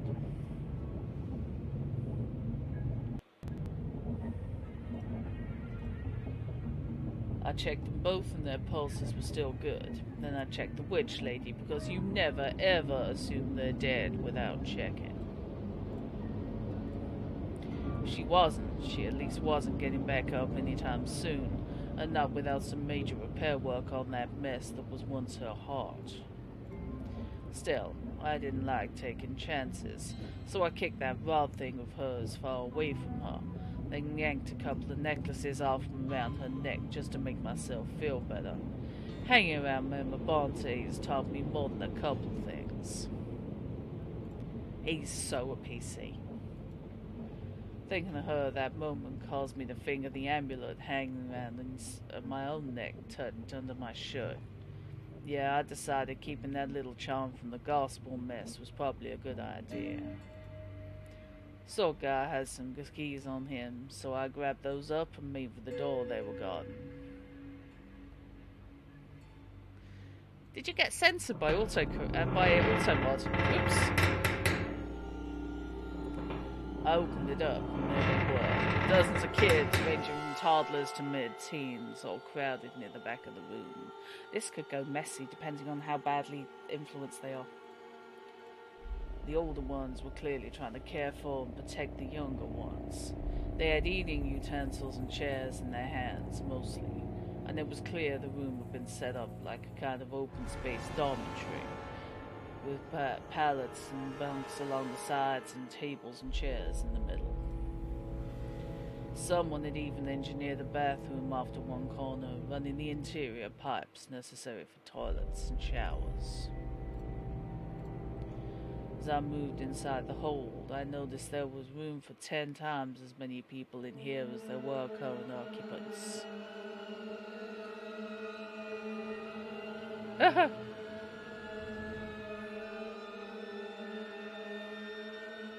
Now that's odd, because I will have to check, but mods shouldn't get censored.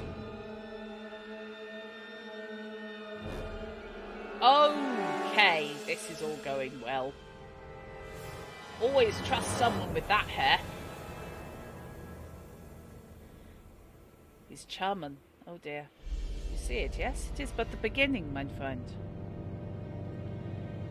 How I keep letting people walk up behind me like that, I don't know. It only happens when I'm dealing with ancient horrors and supernatural widows, true. But that happens to me a lot more than I like these days.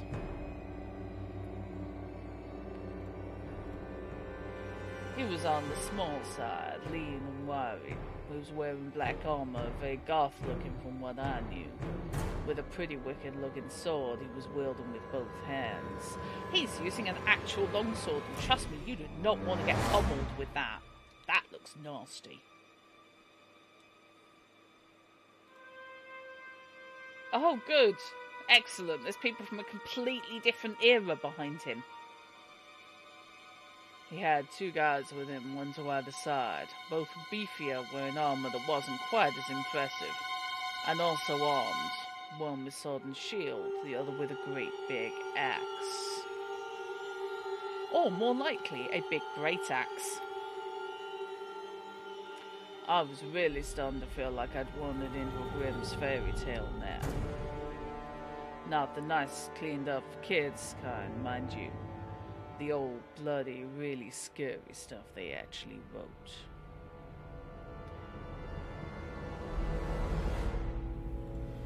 The 2 bigger guys split off from the one talking, one to each side, clearly aiming to flank me. He just stood there in the doorway, smiling with a mouthful of surprisingly decent teeth, considering when he apparently came from. I just don't trust anyone with those cheekbones, frankly. Meanwhile, I could hear a lot of kids whispering Nicholas and Saint Nicholas and he will protect us. I was pretty sure they were referring to me as the one doing the protecting.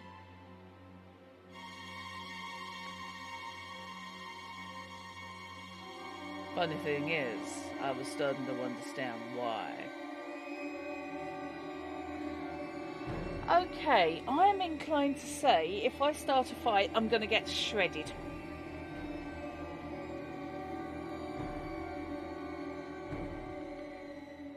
Nice fish.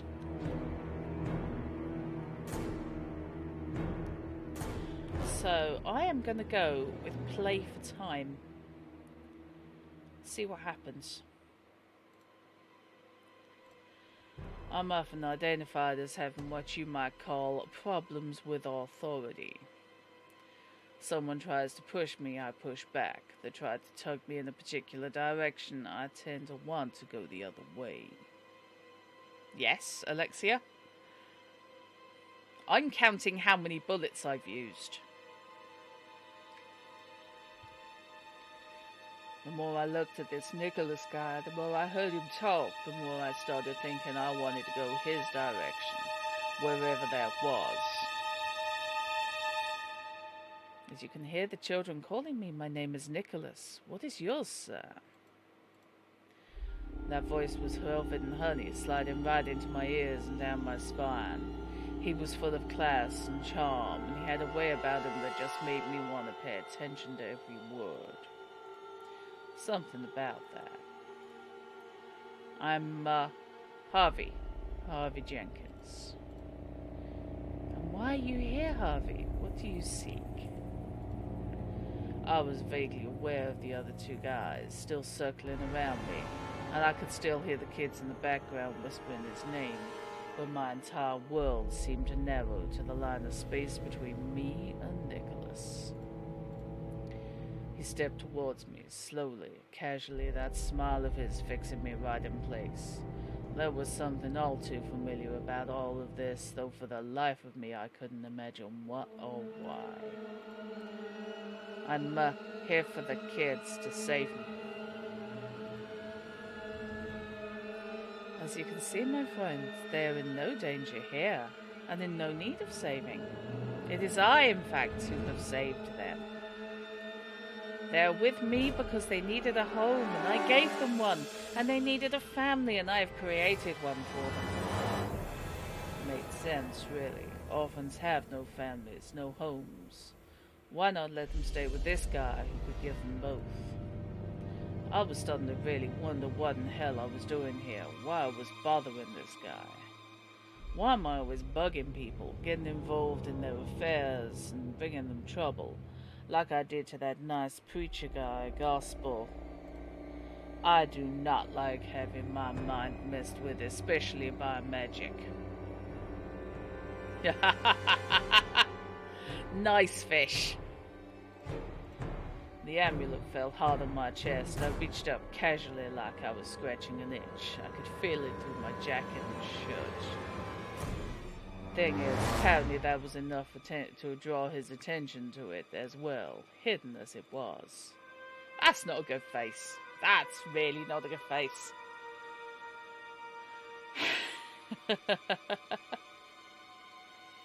His eyes narrowed and he started walking very fast to close the distance with me, stretching out a hand. I raised the pistol to fire, but with a wave he caused some kind of force or wind or something to knock off my aim and the shot went wild. Whoa, hello. That's not good.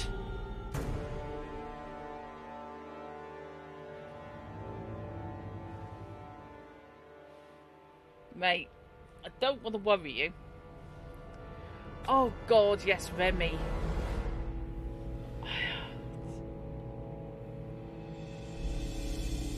Remy, the unexploded bomb of a human being.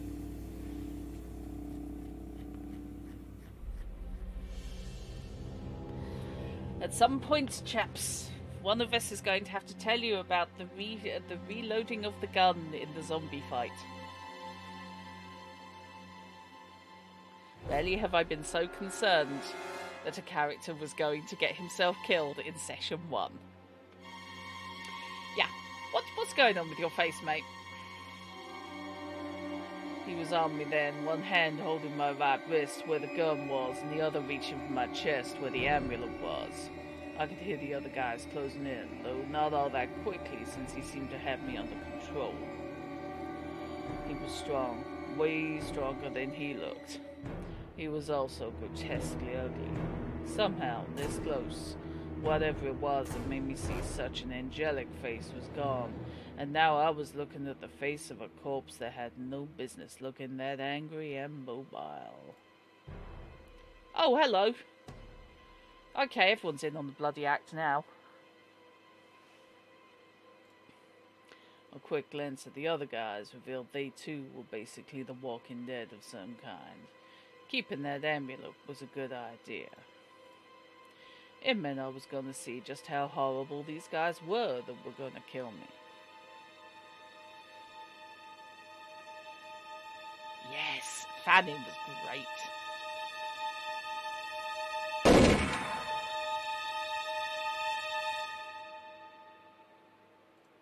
For once, the noise didn't come from me.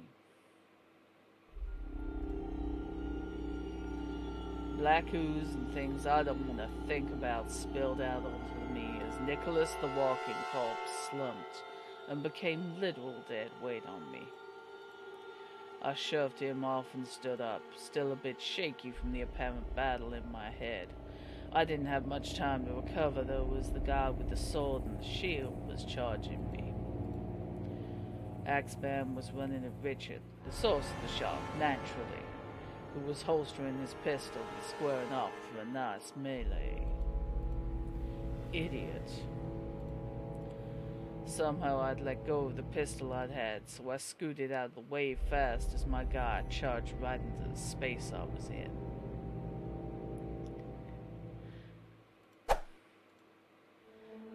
Yeah, peacemakers, lovely being able to fire that fast, but on the other hand, yeah, they don't hold that much.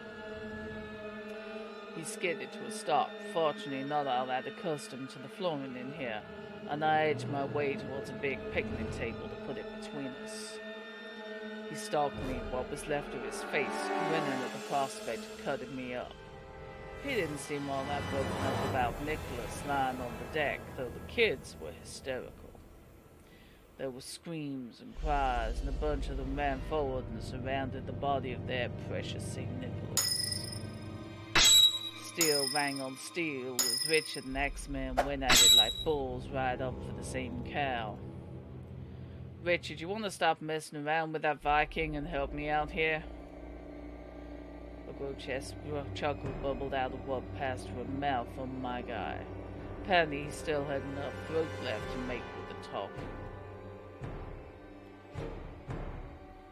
Sir Gunther and the Lionheart have history. You'll not get any help here, non-believer. Gunther and I, Sir Baron, are faithful servants of the Lord God, and we will bathe these lands in the blood of the wicked.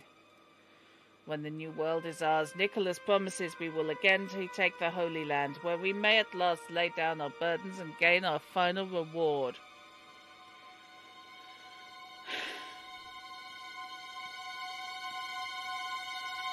We continued our dance around the table, mostly because I didn't have a better idea. Suddenly the kids around Nicholas's body gasped and then cheered. Slowly he stood up, and even though I'd broken whatever spell he had had on me at first, he still didn't look too bad for a corpse. In fact, I wondered if I'd seen what I thought. Baron took very clever advantage of my distraction, leaping up onto the table and charging at me. Years of fighting off palookas, I've managed to hack off with one ball. Another paid off, though, as I grabbed the edge of the table and flipped it. Table maneuver! Excellent! Baron simply didn't get how unsteady picnic tables are, and he paid for it by flying and landing hard. His sword clattered out of his hand and landed near me. The pistol was a few feet further away.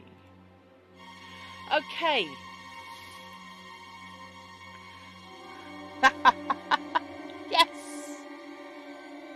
So I have a choice. Go for the gun, which I know how to use, but that's further.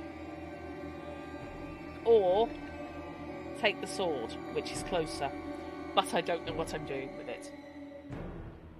I'm inclined to say if I've got the sword, he hasn't. Maybe that's just me. What do you reckon? Let me pop a drink.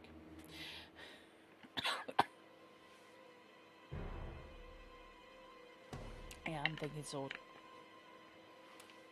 Sword, firearms. Yeah, I'm thinking more it's a denial of weapons strategy rather than a hit him with it.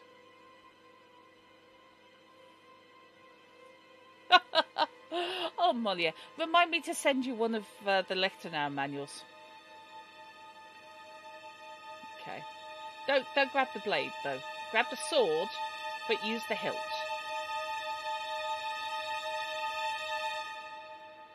I like moving pictures, what few of them I'd seen. I guess the kid in me still loves stories about heroes and pirates with sword, buckling, swash, and jumping around. Maybe that's what got into me as I leaned over and grabbed Baron's sword. Nothing else makes much sense in hindsight. Though he looked like a walking corpse, apparently whatever Baron was still needed to breathe, because he was struggling like a man who'd had the wind knocked out of him. Yeah, the basic operating manual for swords is sharp bit towards enemy. With rule 1 being don't die. I ran forward, then hit my knees and let the momentum on the slick floor carry me forward as I grabbed the hilt with both hands and held it steady. Guns for Dummies is short to its point and click technology. He looked just in time, and there was genuine horror in those eyes. I almost felt bad for him, except for that whole planning to kill me thing. Nah, I didn't even feel almost bad. He had it coming. Luck or something was with me because I got it almost perfect. That was a bad sound effect. No game, we do not like that sound effect. That was a schlick.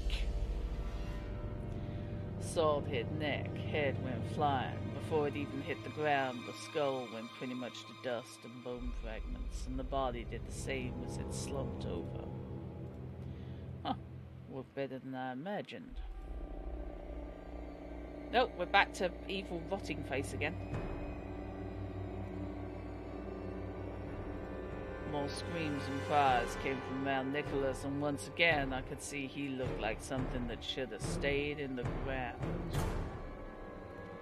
The kids backed away in horror, ran screaming to the back of the room, and there was this kind of flickering effect, like two different images of the same picture.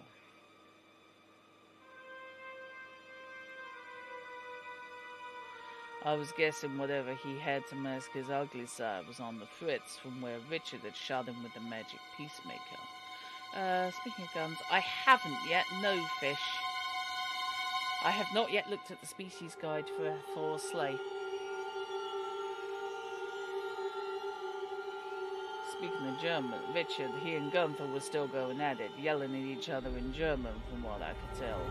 They really seemed to hate each other, and it was clear Nicholas was my problem for the moment. Oh, if Harvey is a harrowed, yeah, God, can you imagine counting kill on this guy? Whoa.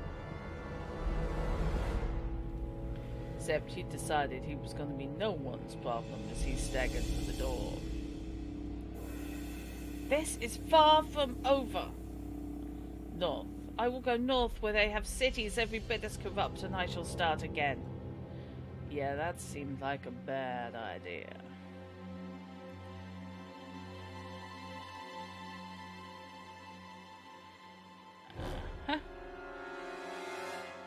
Go after Nicholas, help Richard with Gunther. I'm inclined to say Richard probably has Gunther covered. I think Nicholas really needs to be stopped, chopped into small pieces and fed into a furnace.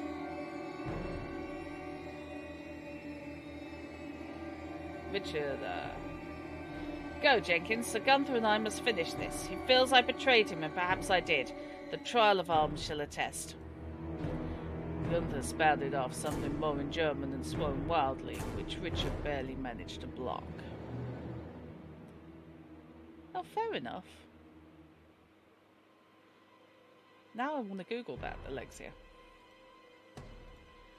The kids were all starting to scream or cry or ask questions, and I could tell most of them were wondering just why they were standing around inside the belly of this freighter, watching the little guys from a fairy tale go at it.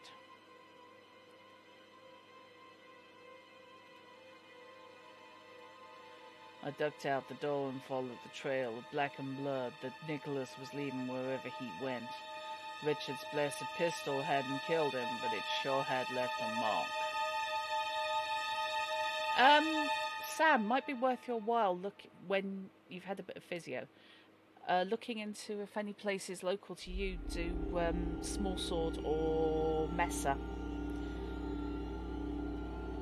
because that's one-handed, which potentially gives you the opportunity to use a cane or something, cane or crutch or something to support you on the other side, if that would help.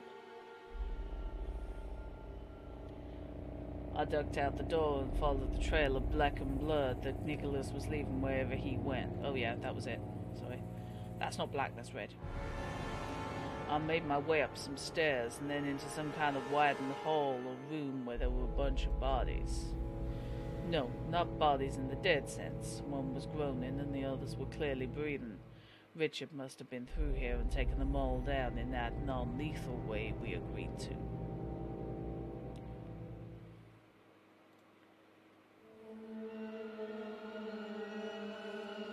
The trail led on through a door in the opposite side, so I rushed through it, bearing sword still in my hand. I ran down a much thinner hall and jumped over what I thought was another unconscious man, but he reached up and tugged at my slacks just as I cleared over him. I nearly cut his hand off as I swung round. Hey, easy pal. I just want to know what I'm doing here. Where are we? Hell, buddy, I'm not even sure anymore. Go into that room and wait, though. That's likely your safest bet. I continued down the hall and found another set of stairs going up. I figured we were getting close to the top deck now, and I was in a hurry to catch this nightmare thing before he got loose in my city. The door was wide open, but a sudden chill in my spine slowed me up at the last moment. So, this seems like a good place for a trap. I'd better wait up, dive, or guns blazing full steam ahead. I'm tending, I think, towards dive in. Either wait up or dive in, because if you go in a running dive and someone's aiming for where your head is,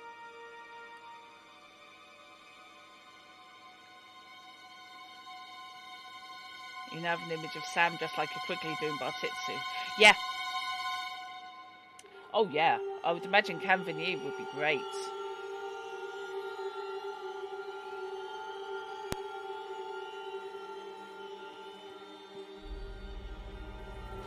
I think diving would trigger a trap, and hopefully it would be aimed at the wrong place. Full steam ahead's going to get me killed. Yes, I have quick saved. Why do you ask? I'm thinking dive in. Brains went overboard every time. Nicholas's huge blade slammed right into the door frame where my head would have been. I ducked and rolled, barely managing to not cut myself wide open with the stupid sword I was carrying.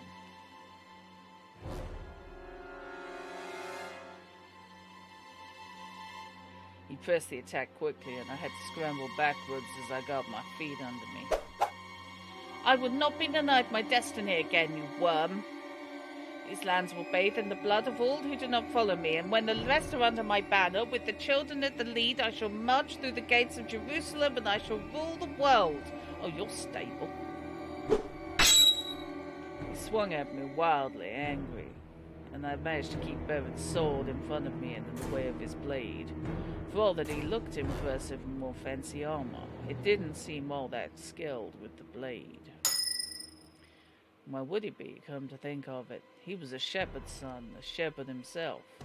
His entire children's crusade was about just marching a bunch of non-combatants to the Holy Lands and letting God take care of the rest.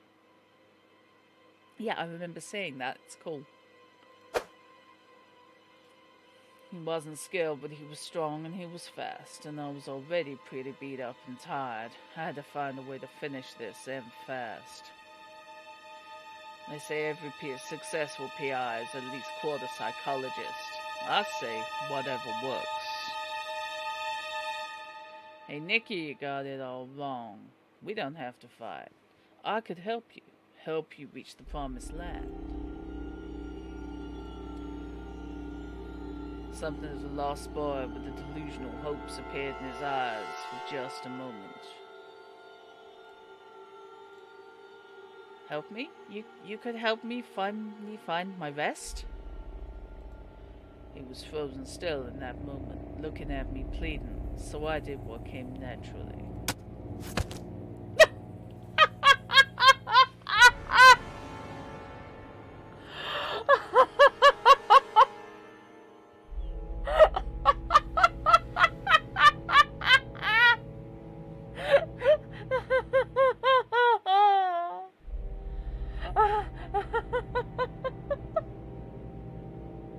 I could see it coming, but even so...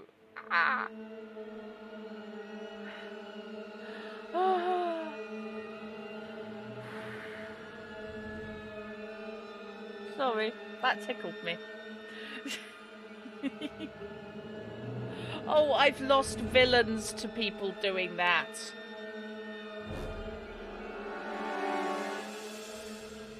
I will stand here and make my big speech and bang.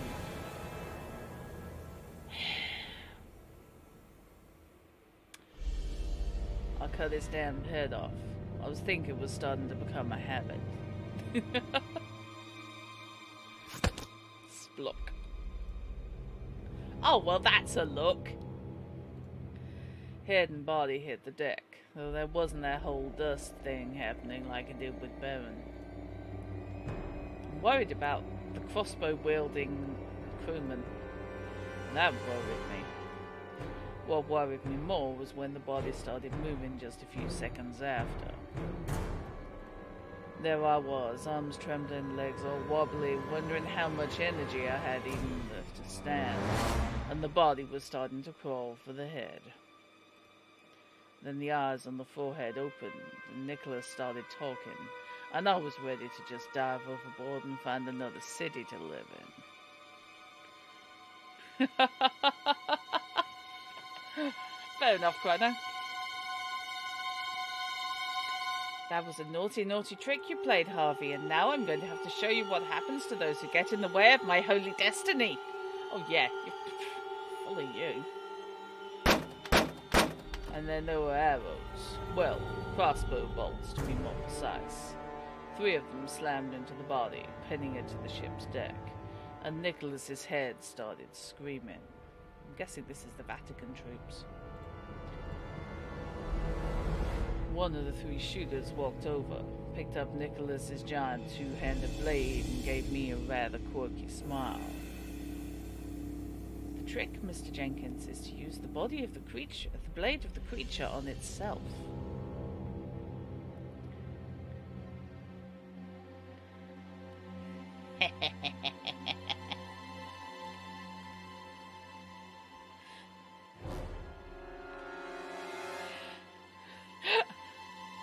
Yeah, what I've learned, Fish, is if I'm going to have someone deliver a villain speech, it needs to be done from ideally behind bulletproof glass.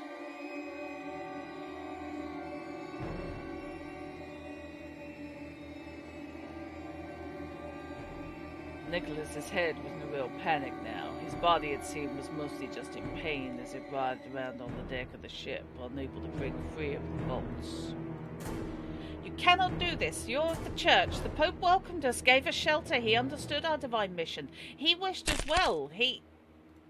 With a sound not unlike someone cutting an apple in half, one of the sons of James destroyed Nicholas the Bitter's head with his own blade, while his two companions looked on with their crossbows already reloaded.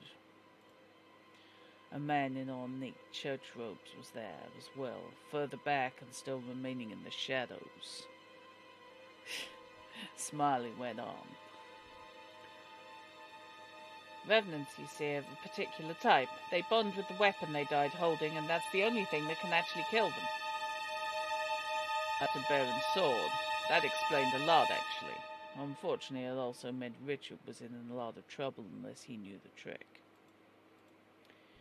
Of course, with these guys on board, he was in a lot of trouble anyway. I turned to face the door I'd come out of, hoping I'd be able to make it back before they shot me with those crossbows, when out stumbled Richard with his sword in one hand and Gunther's axe in the other. He'd figured out the trick. Let him go with them or nuts to that. I don't trust this bunch. I really don't. I think they're going to try and kill Richard.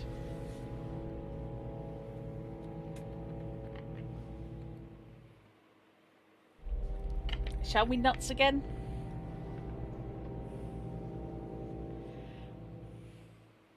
Squirrels, indeed. Also, that is such a good look. Such a good pose. I love the PI suit with the underarm and everything, and then the sword.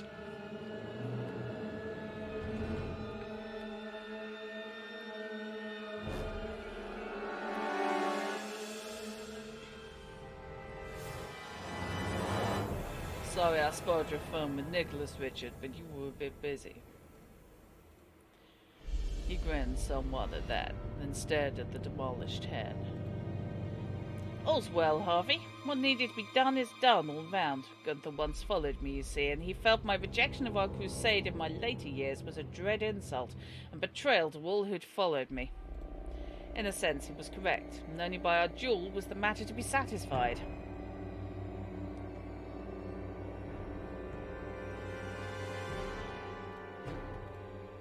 He looked down at the deck and just sighed heavily. He is satisfied now. Fancy Robes spoke up.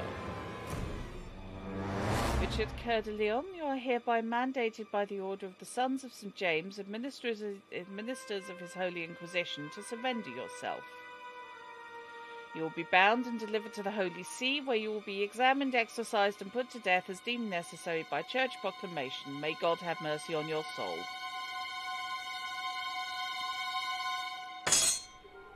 Richard didn't even look up. He let Gunther's axe drop to the deck, then went to sheath his sword. He was just gonna give up and go with them. No more fighting, no more blood, death and blood. He was ready to give it up and walk away, and let them do whatever they felt they needed to. Oh boy, Chrono, you're gonna like the VOD on this one. I am hanging out with an immortal who would, yes, appear to be Richard the Lionheart,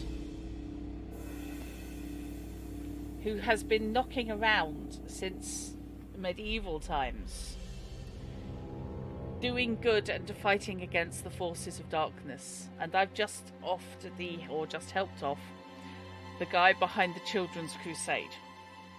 Yes, the Children's Crusade.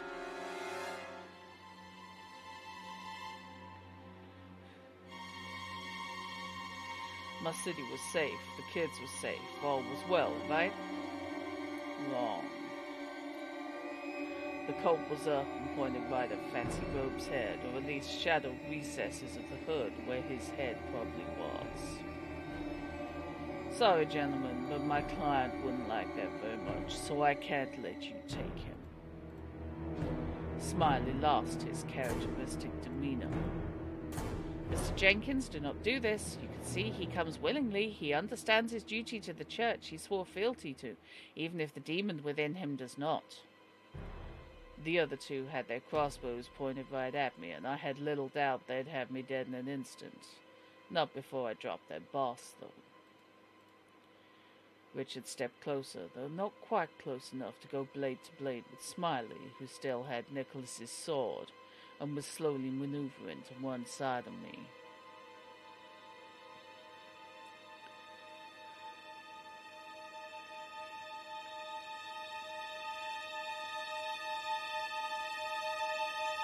Harvey, he's right.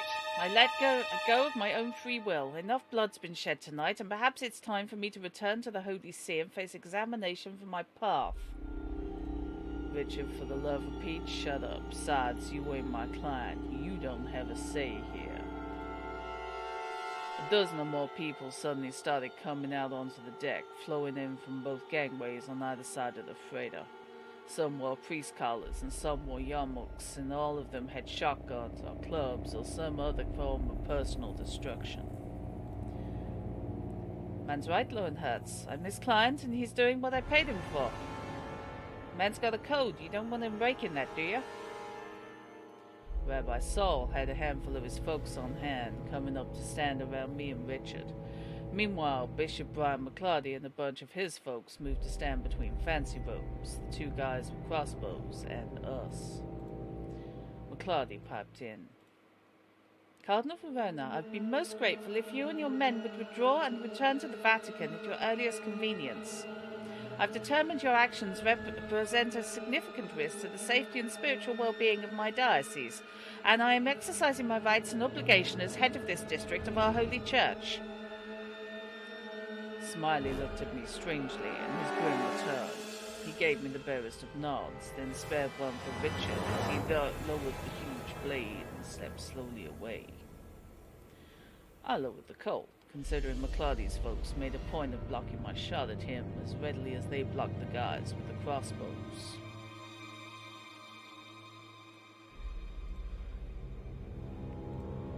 The Cardinal stiffened quite a bit, for the first time clearly unnerved and revealing he didn't have total control of the situation.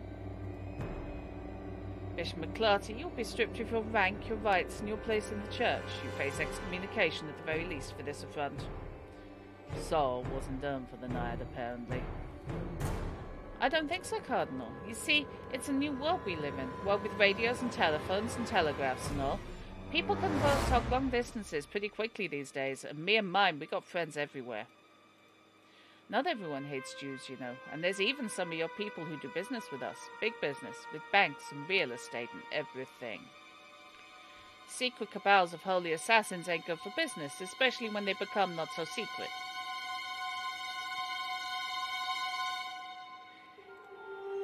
Suddenly there was a distinctive pop, pop, pop, and the blinding staccato of flashes as cameras went off from numerous angles. Saul and Brian had brought photographers.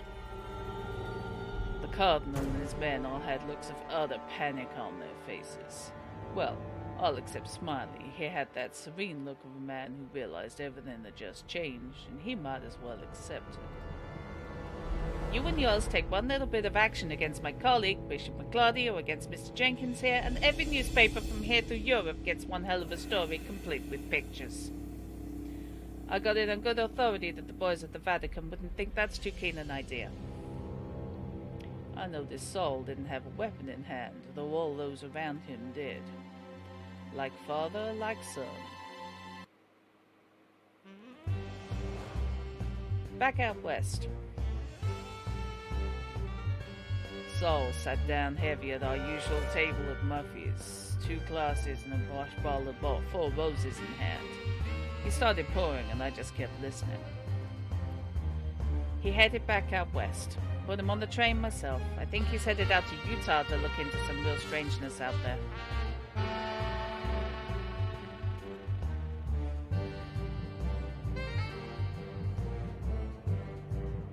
Makes sense. A lot of strange stuff happens in Utah.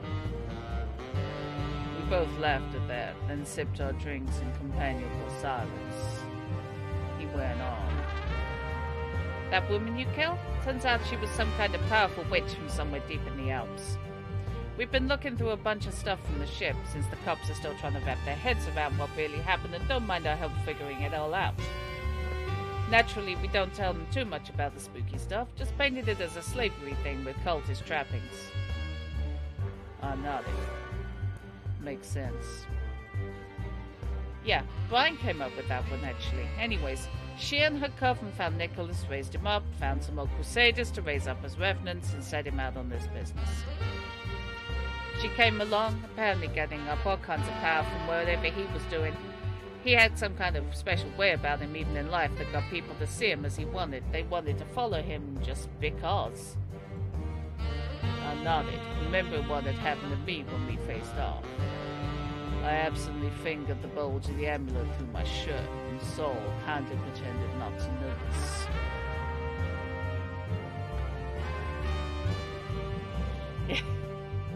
Utah in Deadlands is completely screwed and tattooed.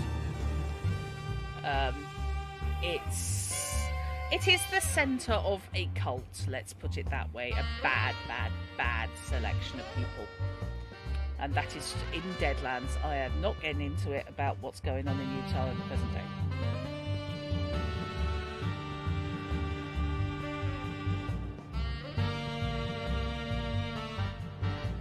I got a little Kabbalah training, the kind most Jews don't like to talk about much, and I was able to figure out some stuff from her notes.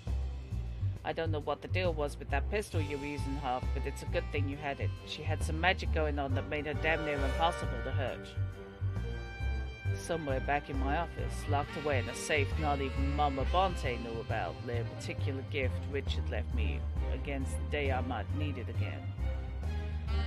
Saul shifted gears to a topic that made him a little uncomfortable. I got worried about you and him all alone out there on that boat, not knowing what else was going on, Harv. After I broke down and talked to Brian, something I should have done right from the start, didn't want to pry, live and learn, I knew for sure you were in maybe bigger trouble than you could handle, and it would all be my fault. Can't say as I didn't appreciate you and the good bishop bringing the cavalry, Saul, but I didn't have to go out to that boat. That was on me. California in Deadlands is a hell desert that mostly doesn't exist anymore. A lot of California has fallen into the sea. So now there is a desert and there is a huge area of water with just wrecking reefs and cliffs, and that's the maze, yeah. Reverend Grimes, that was it, fish. Wrecking her avatar. I knew it was screwed for a reason. That's fine. I've set it in Nevada next door.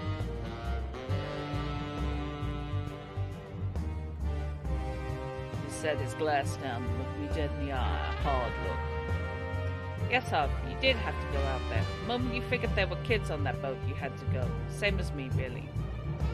You can act like you just get by and do things for money, and you can sell that to the yokels, but don't try and con me.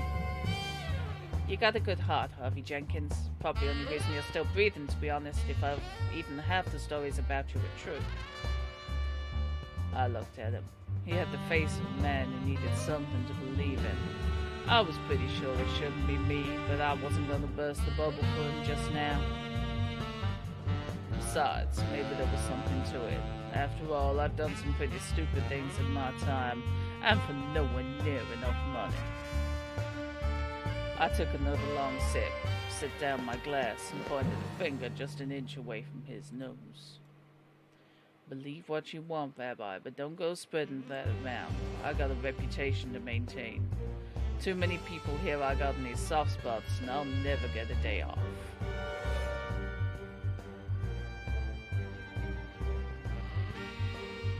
He stared at the little wide-eyed at my gnarled finger, and then slapped it away and started laughing. The Bugles are playing in home tomorrow, and I got 2 tickets. You in? Yay!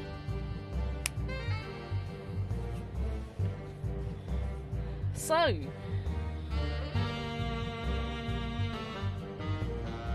apologies for the slightly abrupt ending. I wasn't sure if that was it.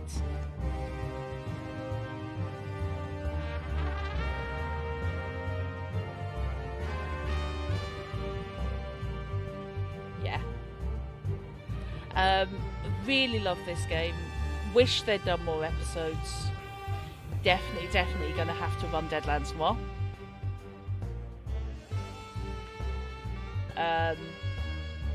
Fairly simple scenarios, but a lot of fun.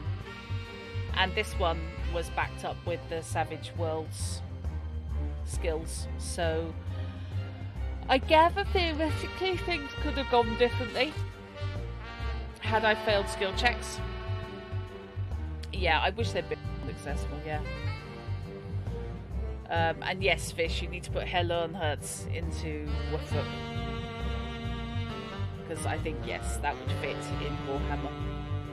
And we do need to create Black Dust Creek so we can play Deadlands properly. Yeah, Harvey is great. Harvey is so someone's PC. I am wondering, in fact, if it's almost like somebody created a Blessed campaign, which would explain the Rabbi, Brother Thunderhand, Mum Bonte, and Brian the Bishop. It's got that feel to it. So, no, that has been a lot of fun. I wish there were more of them. It would be good. So, art by Cheyenne Wright and Ivan Sanabria. I like the very stylized thing. I do have the OST for this, so I'm well happy with that. So when I'm writing Deadlands Noir, I can have this going on in the background. So thank you very much indeed. Thank you, Moliere, for plugging the Ko-fi and my Redbubble store. Donations very much welcome. Appreciated and hoped for. I have now fallen off the end of all government support, so this is fine. So I do appreciate it.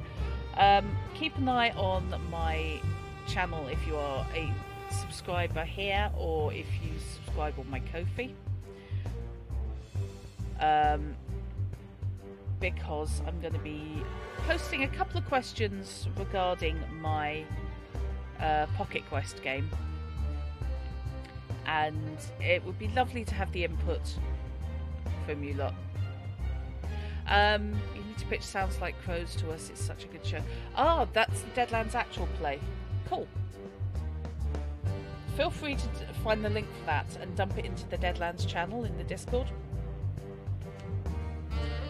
I'm always up for a good actual play. So, thank you very much indeed. So, be back on Hint_Plays on Sunday for Simba Room. Oh, thank you. I don't do it enough, but thank you. And I will head off and have a large amount of tea to repair my throat. Thank you very much indeed, and good night.